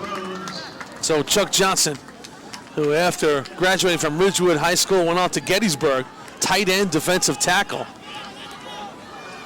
To the sidelines for Steve Levy. Seen it, but Joe Lane, the night train defensive tackle, is giving fits to right guard Tyler Moore and center Bob Trent. He's taking on that double team, causing havoc. Having a big year is Joey Lane on the defensive side of the ball. And once again, penetration by this Wayne Hills defense, suffocating this running attack after coming out. Big number 72, Roberto Alvarez and company. Joey Lane in there. I'll tell you what, Jamal Locke is fooling us up here. It's tough to figure out who got the ball. You just got to watch the crowd of black shirts, and wherever they go, that's usually where the ball is. Yeah, the hometown fans love the black jerseys, but then they don't love them because it's kind of tough to pick up the numbers of your Patriots out there. Locke now. Quick outlet to the side on 3rd down. They'll complete it, but well short of the 1st down. Defended nicely by Mikey Guarino. Shut that play down cold, did Mike G. Yeah, great catch by Michael Johnson. Just looked like if he'd have got it a little bit earlier, he had a chance to turn upfield and make a move on the tackler, but the ball got there when it did, and he got tackled right when he got the ball. So Blake Fiegels, after that huge run, now back there to punt. Gets it off his right foot. It'll bounce in front of Monahan. Penalty comes in, and Fiegels Gets a Fiegels kind of roll right there. The ball will roll all the way inside the 30 to about the 29-yard line.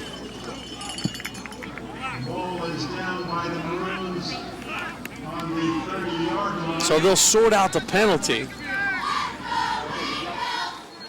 I think there was a block in the back there, and they're going to move the ball back an extra 10 yards maybe.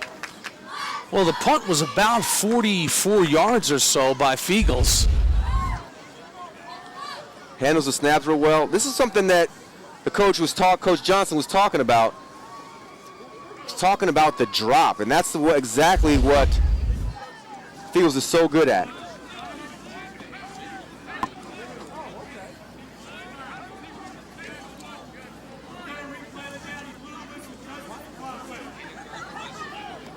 So sounds like there may have been an inadvertent whistle, and they'll replay the down, which is a huge break for Wayne Hills. Legal substitution.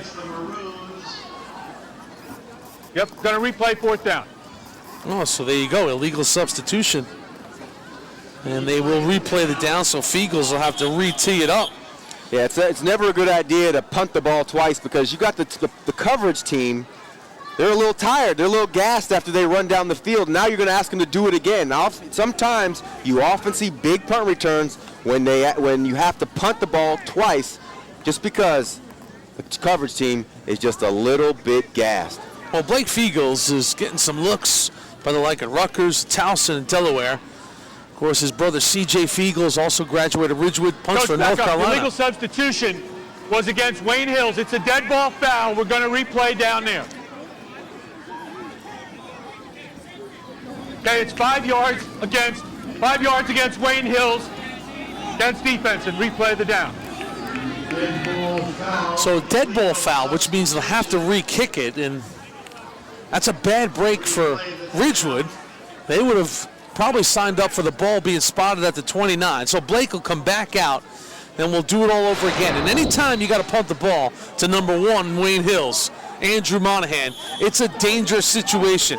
He is electric, standing at his own 40-yard line.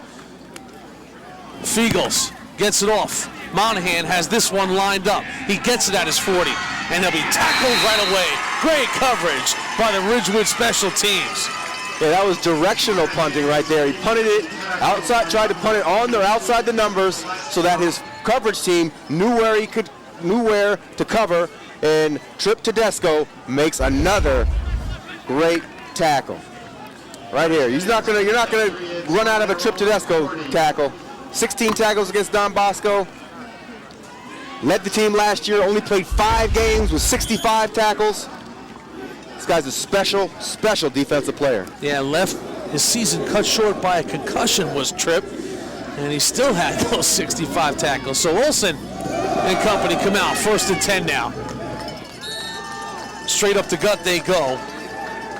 Looks like Tommy Santoro, and he'll move the pile forward about 5 yards. And watch this one once again. Good action at the point of attack.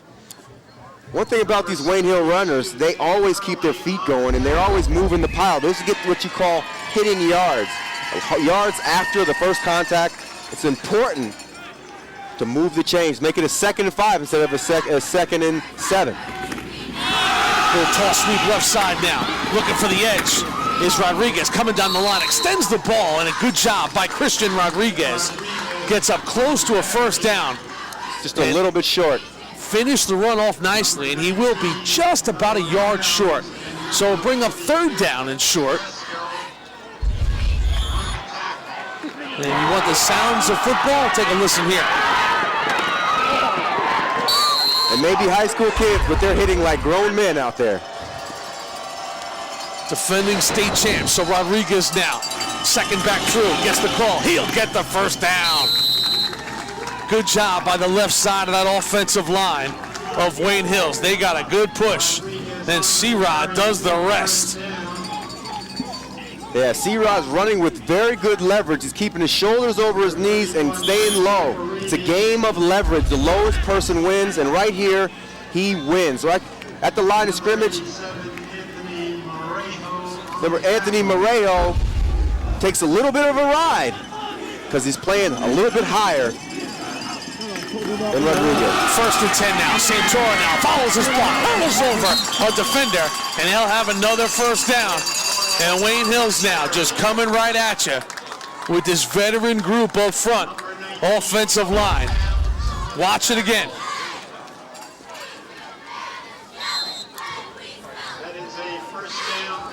Corey Comfort leading the way. Over 100 yards for Santoro. Yeah, you mentioned number 66, Corey Conforth. You talk about going from the Red Sox to the Yankees. Conforth a year ago played at Wayne Valley. He went from hitting the Patriots to hitting for them. Pulled to Matt Damon. Johnny Damon, excuse me.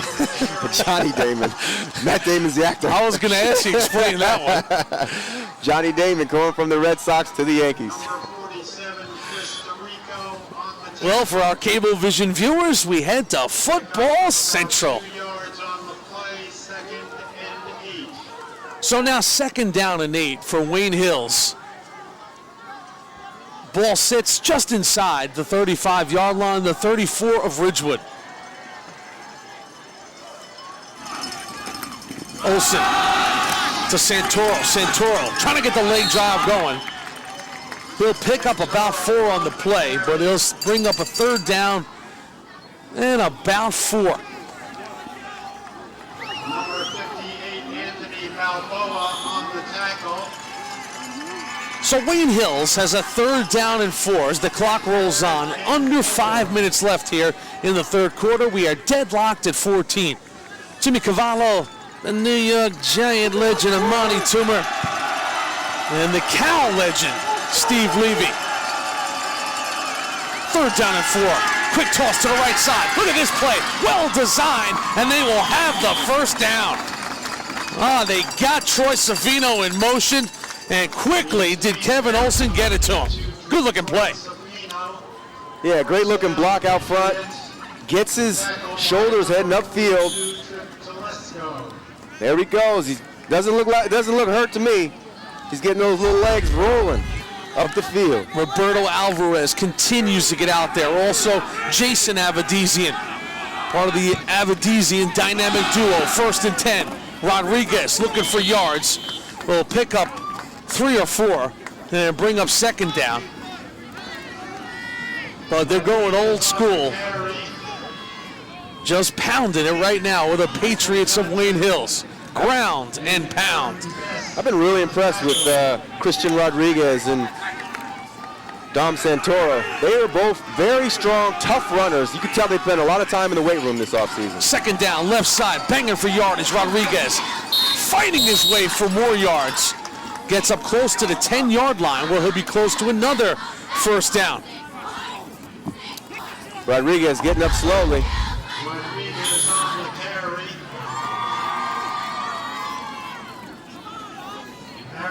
Good contact at the point of attack. 9 plays so far on this drive. No secrets, nothing flashy, just coming right at the Maroons of Ridgewood. 3rd down, short yardage, full house backhill for the Patriots. It's Rodriguez, got the 1st down, inside the 5, still on his feet. It's gonna be 1st and goal for Wayne Hills. Hey, that was a heck of a hit by Noah Pounds. Really jolted Rodriguez back, but he didn't bring his feet. So Rodriguez kept his feet going and got an extra yard. But watch Noah Pounds here. A big, big hit. Give credit to this O-line. Center is Garrett Rubin. The right guard is Roberto Alvarez. The right tackle, Jason Avedizian. The left guard is Corey Conforth. The left tackle is Justin Avedizian. The tight end is Cardux. They are getting off the ball and dictating terms here. Once again, full house. Once again, C-Rod. C-Rod into the end zone. Touchdown for the Patriots. Going right at the Maroons. We talked about the offensive line, and this is where they start taking over. In the second half of games, when they wore down when they wore down Ridgewood over a quarter, over a half of the football, and now it's really starting to pay dividends. All those runs are like body blows, and all those body blows are starting to take effect. All important extra point for the sophomore kicker. Martinez, Easy E, E-Mart, as they like to call him, splits it, and Wayne Hills, by virtue of an 11-play, 60-yard drive that took over 5 minutes, has retaken the lead 21-14. That's an impressive drive. That's a statement drive because they come back after the game getting tied off a long play, and they come back with a great drive. And they didn't just score on that play. They scored impressively, running the wishbone and just driving it down their throat. Wow, on that replay right there, look at the push Wayne Hills gets at the point of attack. Gotta love it. Right now it's going back to old school football for Wayne Hills. Just smash mouth football. You know, Chris Olson, in his 25th year here, 37th year as the head coach of a varsity football team. His first job was at St. Cecilia in Englewood. He was there 3 years. His second job at Bergenfield. In 1982, Chris Olson led Bergenfield to the state championship, and they won it. And then he went on to Eastside, and he had the Eastside Ghost going. When Joe Clark wanted to make a change on the coaching staff, Coach Olson said, no way, they go, I go. And guess what? He left. And Eastside's loss was Wayne Hills' game, and the rest, 25 years later, is history. Good job! Well, for our cable vision viewers around the region, let's head to Football Central. So now Ridgewood will try and respond. And they've done a good job all night responding. Trailed by 7 at the half. Blake Fiegels came out and changed that with a dynamic, spectacular scamper.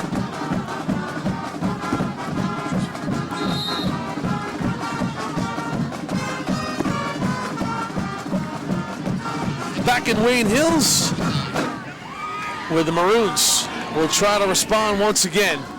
As now they trail by 7 points. Jamal Locke back, handing it off inside, and no way.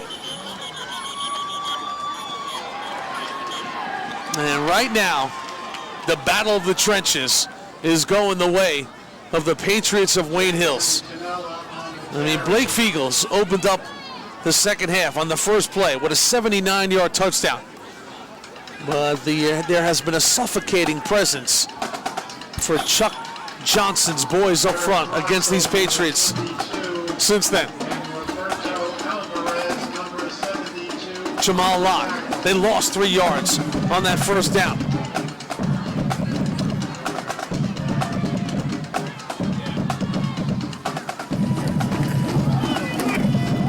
Inside they go on the belly. Nobody home. There's that man again. Night Train Lane, Joey baby. The captain, 6'2", 230-pound senior playmaker on that defensive line. They are happy to have him. Here's Locke now. They lost yards again. 3rd down and 15. Now they're going to throw a screen, or they got to go deep here because they need to change this momentum. Here's Locke now. He's going down, going to be sacked. Too much penetration once again. Dominic Tom Santoro. What a night for Santoro. Anything his Patriots need, he delivers. Yeah, right there, it looked like he was back running 100 meters in track. Came off the blocks, nobody blocked him. Right out to Jamal Locke. He couldn't do anything about it. Didn't see him from this blind side. Big tackle. So now Fiegels backed up in his end zone. Gets it off. Monahan will let this one bounce, but now to pick it up on a hop from his 42. Reverses field. And again, this punt team of Ridgewood will do a good job. But Monahan rock solid in picking that one up, and there's that field position once again for Wayne Hills. The ball will be spotted at about the 43-yard line.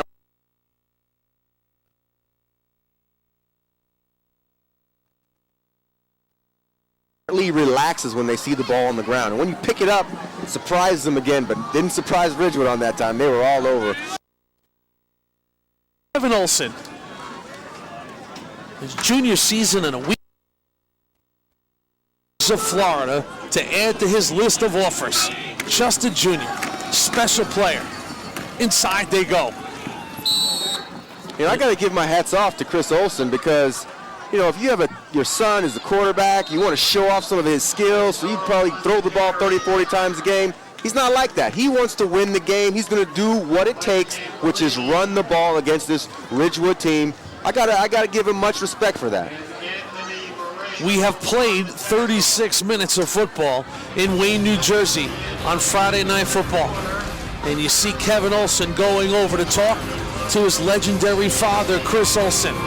Of course, the Patriot girls and the band would play on a weekend where weather was a factor around the region. And on this night, Blake Fiegels would do everything he could to give the Maroons life.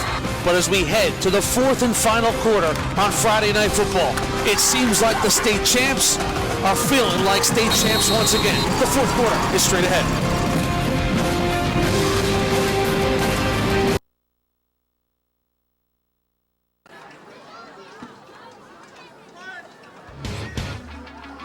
Go in the fourth quarter on Friday Night Football. It's been a good ball game throughout. Ridgewood struck first. Wayne Hills would then score the next 14 points to take a 14-7 lead. The Maroons of Ridgewood would tie the game at 14 on the first play of the third quarter. But the physical style of Chris Olsen and the Patriots have taken control of this game, and they lead by 7. Before we start this fourth quarter, we check in with our very own Stevie Levy. Thanks, fellas. Yeah, you talk about very impressed with Kevin Olsen, one of the top junior quarterbacks in the country. The awareness of having Troy Safino on the field. Listen, he goes down, split out. They have a zone concept route and a dig route on the outside. Kevin has the awareness to see that it's press man, changes the play. Just talk to Chris Olsen about that. He probably the most inspirational player of the year right now, playing hard, playing great with that torn ACL, and Kevin Olsen trying to put it away right now. We got to get Levy a telestrator down there at the sidelines as we welcome in our viewers from the Nutmeg State of and Ridgewood. And cutting it to the outside is Dami Santoro still on his feet. What a night for number 21 in your Wayne Hills program. Dominic Santoro, he's got everything you want in a football player. Speed, agility, toughness. He is a gamer, and we've seen it from the word go on both sides of the ball. 127 yards on 19 carries. And he is just a two-way dynamo. Only 185 pounds, but runs like he's 210. So now the ball inside the 25-yard line. 1st and 10. Here's C-Rod Rodriguez straight up the gut. Ridgewood will stack him up after picking up 3 or 4 on the play, so it'll bring up 2nd down. Yeah, Chris Olsen also does a great job of spelling his backs. He got 2 backs with the hot hand. Not only is Rodriguez, but you got Santoro, do both running the ball really well, making sure that he gives them a little bit of rest so that they can be as effective as possible throughout the rest of this fourth quarter. Christian Rodriguez picked up 6 on that 1st down. Here's 2nd down and short. Now Rodriguez, great adjustment at the point of attack. He'll have to fight for some yards, which he does. Just a tough guy to bring down. Christian Rodriguez, and just a junior. Looked like 3 Ridgewood Maroons had a chance to stop that play cold. I'm really impressed by how many tackles Rodriguez breaks. I mean, he broke 3 tackles on that last play and still eked for another yard. A lot of time left in this game, over 10 minutes, 3rd down and 2. That cohesive offensive line breaks the huddle. Rodriguez, the feature back here. They'll go to him. Rodriguez falling forward, very close to a 1st down. And you got to think, they're in 4-down territory here, but they do have a solid kicker in the sophomore Martinez, who is 3 for 3 on the season, and this is right in his range. It will be a 4th down, so decision time for Olsen and company. Yeah, they're well within Eric Martinez's range. He had a 50-yarder in practice the other day. No sign of the sophomore kicker now. Coach Olsen putting the faith in this offensive line. And why shouldn't he? They've been dominating this quarter. Full house backfield. Martinez, here he comes, Rodriguez. I don't know. He was hit early, might not have got there. He did though. stretches forward. Can't fault the effort, though, of Trip Telesco and company. They came. Oh, yeah, Trip Telesco came off here. You watch him scrape down the line and make a great shoestring tackle. And Matt Cardew just didn't get him quick enough to keep Rodriguez from diving forward and get that first down. 1st and 10 now to the right side. Santoro looking for the end zone. He got it. Oh, Dominic continues to roll on Friday Night Football. You know, he reminds me of a lot of Ahmad Bradshaw. His little legs are just keep on going like a little crab. When you watch him run, he's moving fast and so are his legs. I used to always call Ahmad Little Legs because his feet were always on the ground. That's why he has such great balance. And Dom Santoro reminds me a lot of Ahmad Bradshaw. Here's Martinez, who's a linebacker and a tight end on the sophomore team. You can see he's got the physique. Splits the uprights off the hole from Monahan, and Dominic Santoro caps off a 7-play, 43-yard drive that included a 4th down conversion. You see right here, he catches it and he's untouched. I mean, it's just great blocking throughout the whole offensive line. You got the Abedisian twins doing their job, and it's just they're really starting to take effect in this 4th quarter. Of all the running that they've had early on in the game, they're finally starting to see the effects of it. I'll tell you once again, Roberto Alvarez, number 72 for Wayne Hills, 2-year starter, making that early contact, getting a good push, and just giving Dominic some daylight to run to. Roberto Alvarez, Coach Olson's one of his favorite players. As soon as we brought his name up, you see we saw his face light up because he really likes this kid.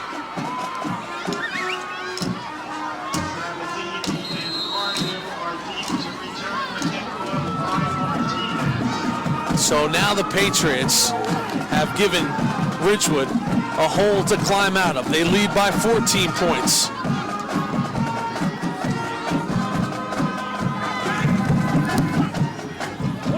This kick, short, fielded at the 20-yard line. And Ridgewood, their best field position of the night now with the ball over the 30. So Steve Levy, we go. Thanks, guys. I know you spoke a little bit about left guard, number 66, Corey Conforth, about Yankees, Red Sox kind of thing, and it's exactly like that. Wayne Valley and Wayne Hills do not like each other. He started at left guard, but the reason why he got to go over to Wayne Hills and not sit out is his parents moved on the other side of the line, on the Wayne Hills side. But listen, strongest kid on the team, 29 reps at 225, 4.740. The guy is a freak of nature, but a lot of history with Wayne Hills with his family. His mother works in the school, and his dad, Jim, babysat Goldie, the offensive line and defensive line coach, John Goldstein. Mike Quick says he's the best assistant coach in America, and he got babysat by Corey Conforth's father, Jim. Isn't that crazy? Listen, Mike Quick, it's a fact. John Goldstein is the premier, he's the best assistant coach in America, the guy that keeps Coach Olson in check on a day-to-day basis. 2nd down now, left side. And Conforth, I don't know, it's worth another mention about that strength. 225 pounds, which is what they do at the combines. He repped it out 29 times. That's a high school kid. And also, bench press, 440 pounds for Corey. That is not getting cheated in the weight room. Yeah. 3rd down now for the Maroons of Ridgewood. Ball sits just inside the 40. Big 3rd down for them. They go to Fiegels. Fiegels fights for the 1st down, and he gets there. So Blake Fiegels, he's got a lot of fight in his game.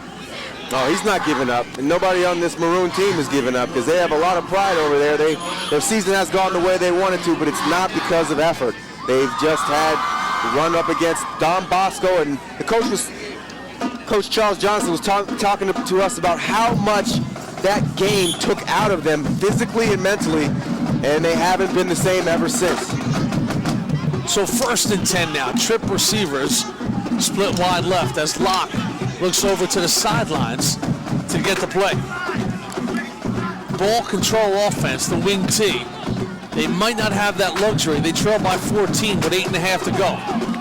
Little toss sweep once again to Jason Canella. And Canella scored the first touchdown. And we spoke a moment ago about Corey Conforth. And Blake Fiegels has had a huge night. He does a little bit of everything, but he's a dynamic presence on the field. Oh yeah, I like his footwork.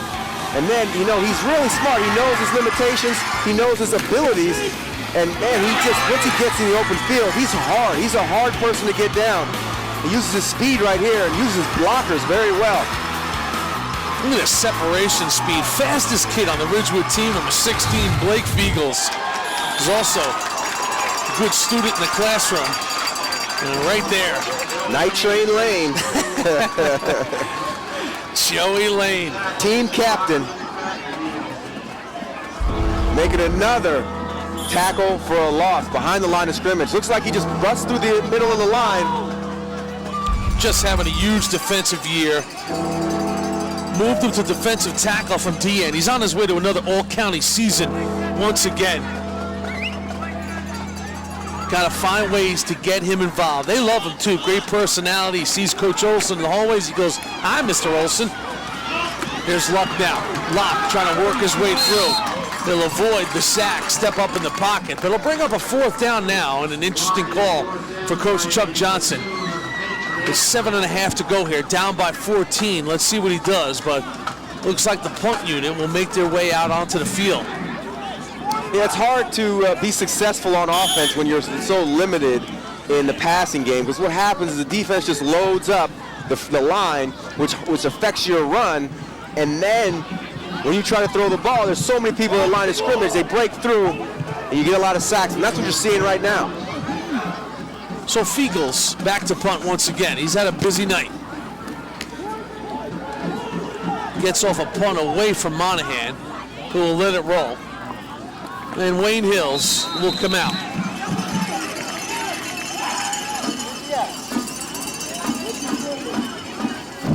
Well, for our Cablevision viewers around the region, we check in with Football Central. So Wayne Hills now in control, up by 20, up by 14 points, 28 to 14.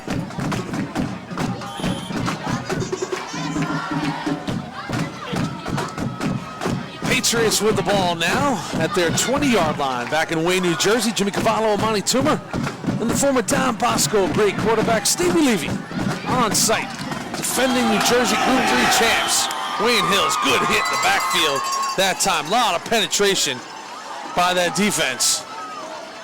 And on that hit right there, number 87, Anthony Morejo. Morejo coming off and just violently knocking down the runner in the backfield.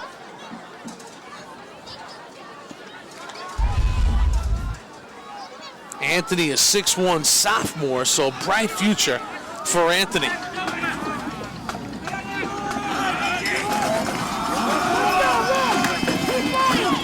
To the right side they go now.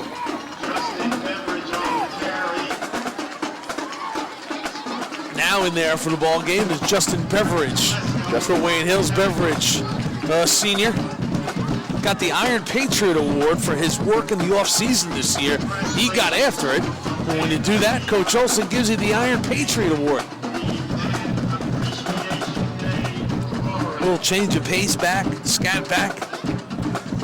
5'10", 170 pounds of fury. He played well last week versus Wayne Valley, so they're putting him in, seeing him, getting him more carries. So instead of there's 2 running backs, they'll have 3 now. And that's going to be dangerous for the rest of the season. I mean, you got 3 very effective backs. If you give them the ball, they're going to run tough, and they're going to find the right holes. So Chris Olson will call timeout now. In control, 5:23 to go. What a ride he has taken Wayne, New Jersey on. They've been to the state final 14 of the last 17 years. They've won 7 of 9. And that dominant run, winning 7 of the last 9, you'll have to excuse Chris Olsen if he doesn't apologize for that dominance, because the first 7 times he went to the state championship here, he lost. Taking on the likes of the whole great Hoboken teams with their head coach Eddie Stinson. Hackensack he lost to along the way with Greg Toll as the head coach, Mike Toll as one of the premier players. 1991, they lost to their crosstown rivals, Wayne Valley, 7-0.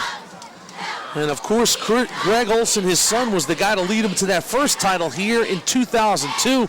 Went on to the University of Miami, now with the Carolina Panthers. Ryan Neal also some time in the NFL, Wayne Hills graduate. And lately, it has been all Wayne Hills. They've only lost 3 games since 2004. Wow. So Ridgewood, good job on defense right here in this series. And they'll force the punt team on for Wayne Hills. All to the ball right now for the Maroons of Ridgewood. Chris Derrico right there doing his job. Yeah, that was a big tackle, because now they're going to get the ball back with 5 minutes left on the clock. And they'll have an opportunity. If they get a quick score, this is a ball game all over again. And I have to mention, a couple of those state titles they've lost along the way. Also, North Bergen and Vinnie Ascalese, their undefeated season. And their other cross-town rivals, so to speak, Ramapo, who beat them in the 2009 championship and in some of those early ones.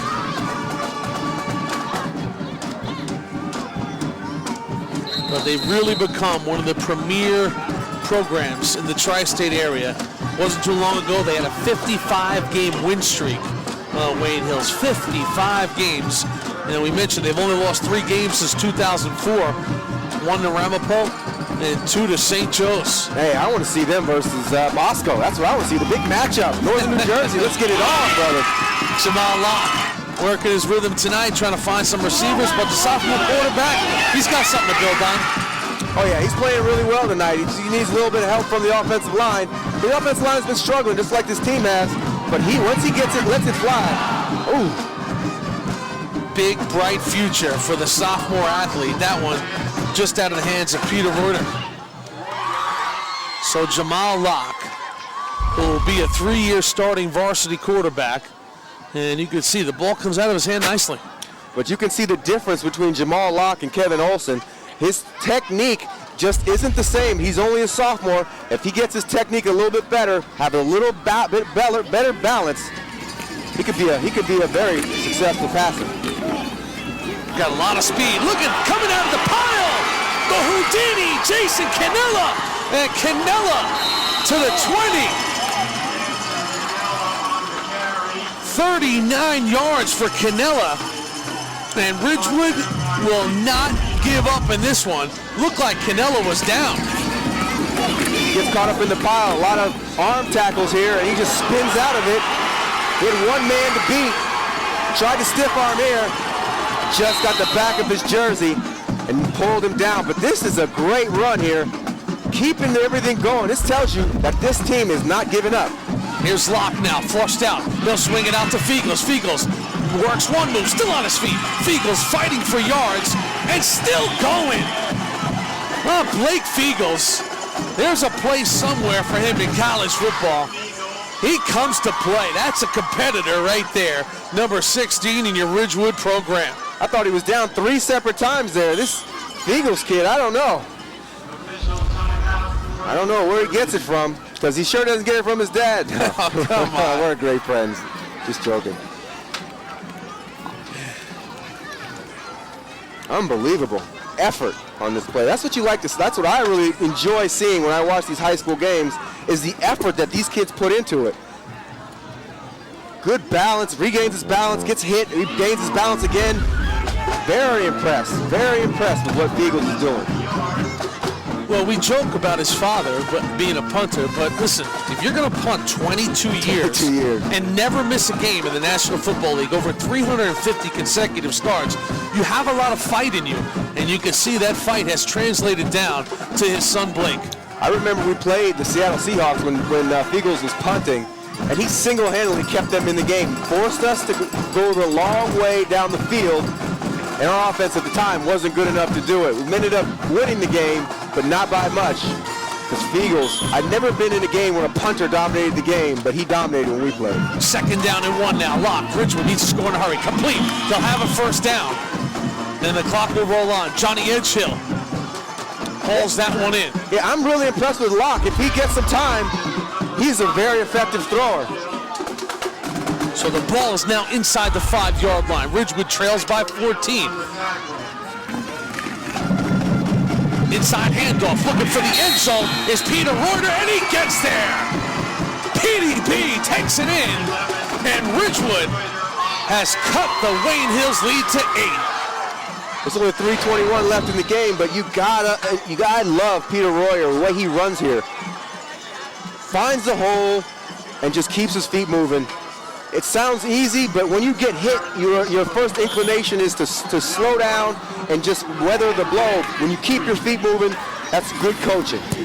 Young Wei Koo, money, splits the uprights, and Ridgewood has life. Jimmy, we have a ball game. 3 minutes and 21 seconds left. Only a 7-point game.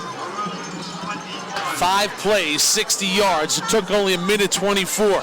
And the young man who, as an 8th grader, was the MVP of the junior program, Peter Reuter, found a way to get it into the end zone, and he had to finish off that run hard. Oh yeah, he gets it. Great blocking up front. Fiegels has a great block on the linebacker. I love the spin here. Watch, he takes the contact, doesn't settle for it, keeps his feet going, spinning, getting across the goal line, putting his team back in this ball game. Reuter has overcome a lot. Knee and shoulder surgery. He'll be a college lacrosse player at Bowdoin next year. And he gives Ridgewood an opportunity in this game. Check in with Steve Levy. Hey guys, and we all met Coach Johnson, and he said, listen, we asked him, what's up, 1-3? He's like, I really don't have an explanation why we're 1-3. These guys have a lot of fight in them. They keep playing all 4 quarters, and Amani touched on it. There's a lot of time in this football game. This defense forces a 3 and out. They have something special because Reuter and Fiegels, they're on all cylinders right now, and Jamal Locke is looking very, very nice here in the 4th quarter as a sophomore signal caller. So Koo will kick it off, and boy, Willie nearly puts it through the uprights. Young Wei Koo, if he's not on your radar as a college kicker, he better be. Working with Pat St-Pierre, one of New Jersey's prominent kicking gurus, has paid off. He's got a lot of game. Yeah, Wayne Hills on that play had the onside kick team, prevent team on there, so they had all their kickoff coverage team right up at the 10-yard marker. Created a great opportunity for young Wei Koo to kick the ball in the end zone, put them on the 20 without the clock even moving. So that saved them time. So they still have 3 minutes and 21 seconds left in the clock. The mission now for Kevin Olson and his offense, move the chains and keep the clock rolling. And they're off to a big start on 1st down. Gotta be Santoro once again. No, that was Christian Rodriguez, who continues to fire out of that backfield. I'll tell you what, he has impressed me more than any of the running backs I've seen today. The way not only the way he finds the holes, but once he gets the ball and after first contact, he really impressed me.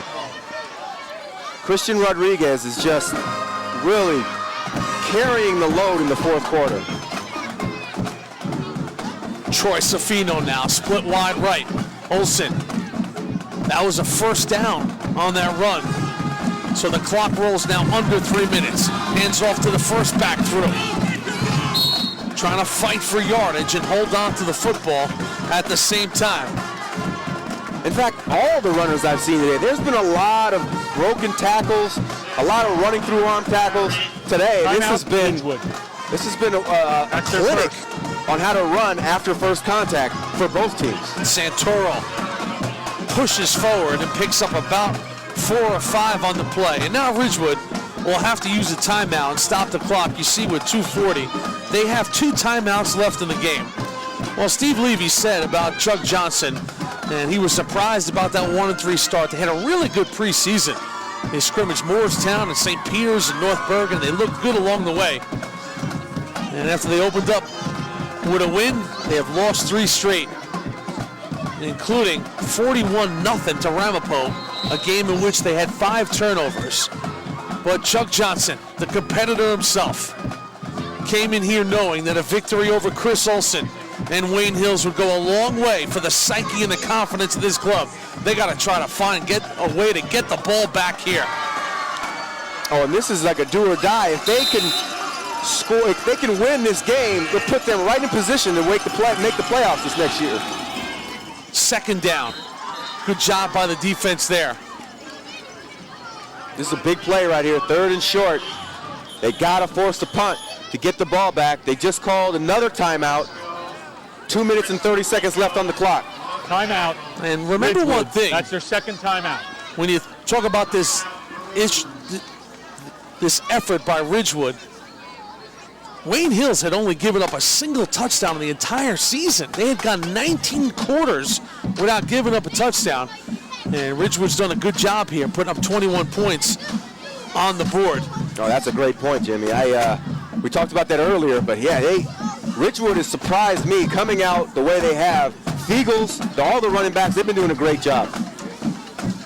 But Wayne Hills has found a way to push the ball up through the hole with that offensive line, and Christian Rodriguez is really having a good, strong night alongside Dominic Santoro. I keep talking about it because it's just so good. The way he keeps his feet moving, the way he finds the holes. Here's Santorum.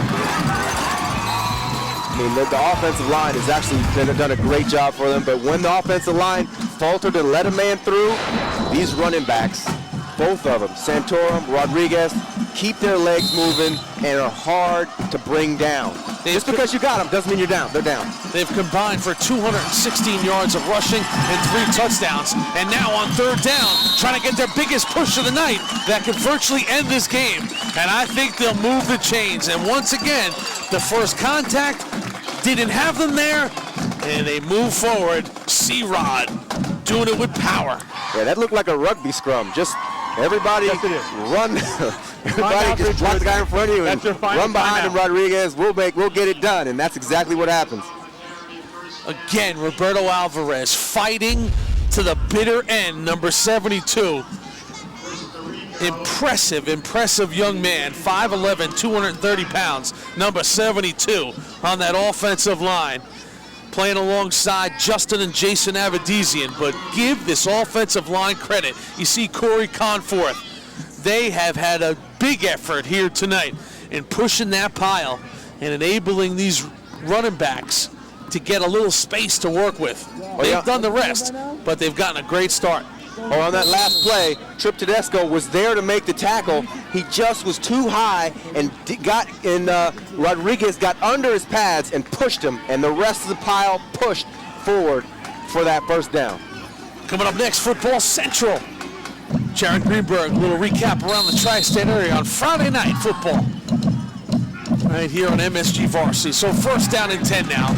Olsen on a keeper, stop for a loss, and there he is, Trip Tedesco, the captain.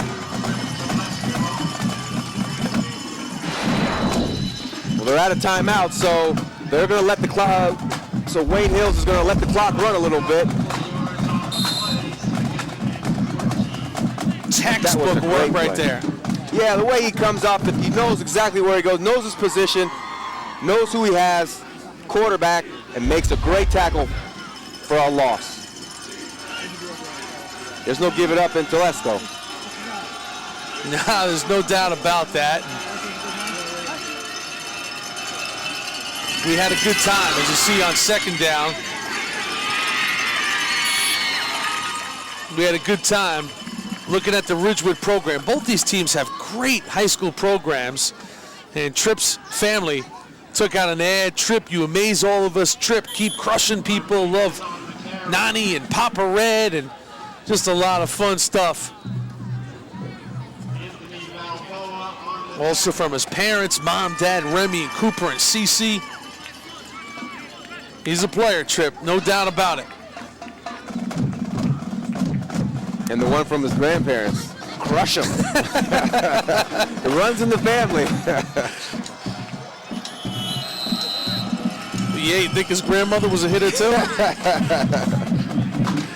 Good stuff, just having some fun here, but. Timeout, Wayne Valley. That's their 2nd.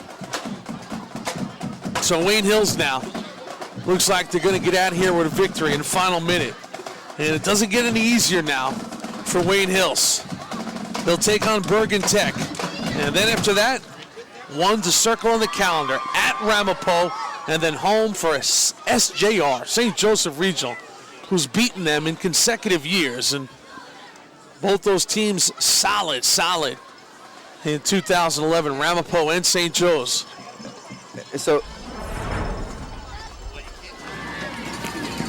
But you can see on this final drive, Ridgewood, they just kept fighting to get back into this game. The escape and spin-a-rama by Canella.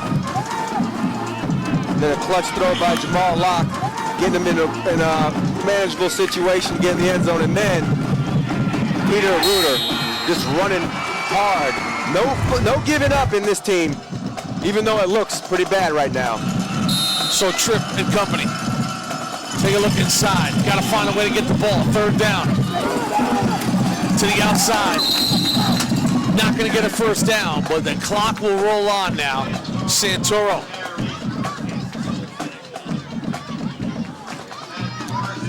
Yeah, that might do it. It's 34 seconds left on the clock. The clock's running. Wayne Hills, Ridgewood has no way of stopping it. Even if they do get a punt off, they're going to have to run back the punt because they're not going to have any time left on the clock after it.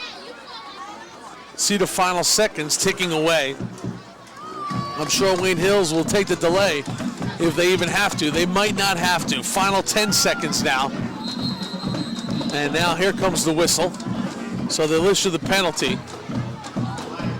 Interesting call now if you're Ridgewood. Do you put 10 men up and try and block the punt? Or do you play for the return? I play for the return. The Wayne Hills special teams is very, very good. I'd play for the return. Do a little rugby scrum here. Illegal throwing the ball substitution around. on Ridgewood. Maybe they'll get Results in a first down. Put it in overtime. Oh, Ridgewood had a penalty.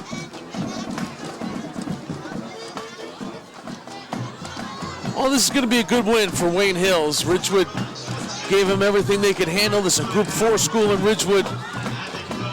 They are not a reflection of their record now, which will go to 1-4 if they don't pull a rabbit out of a hat. And Chuck Johnson, he's got a lot to be proud of with his guys. On the road, not an easy place to play.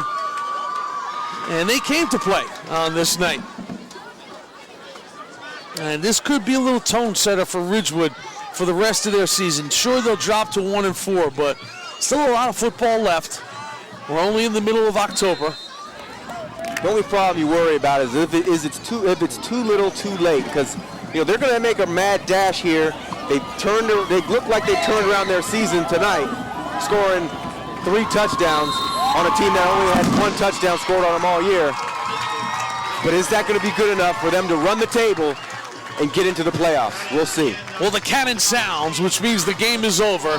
And for Kevin and Olsen and company, a good win to extend their perfect season to 6-0 on a night where you got to tip your cap to the offensive line and to the 2 feature backs, Dominic Santoro, Christian Rodriguez, and of course, hey, smiling TZ20, Troy Stefano returns.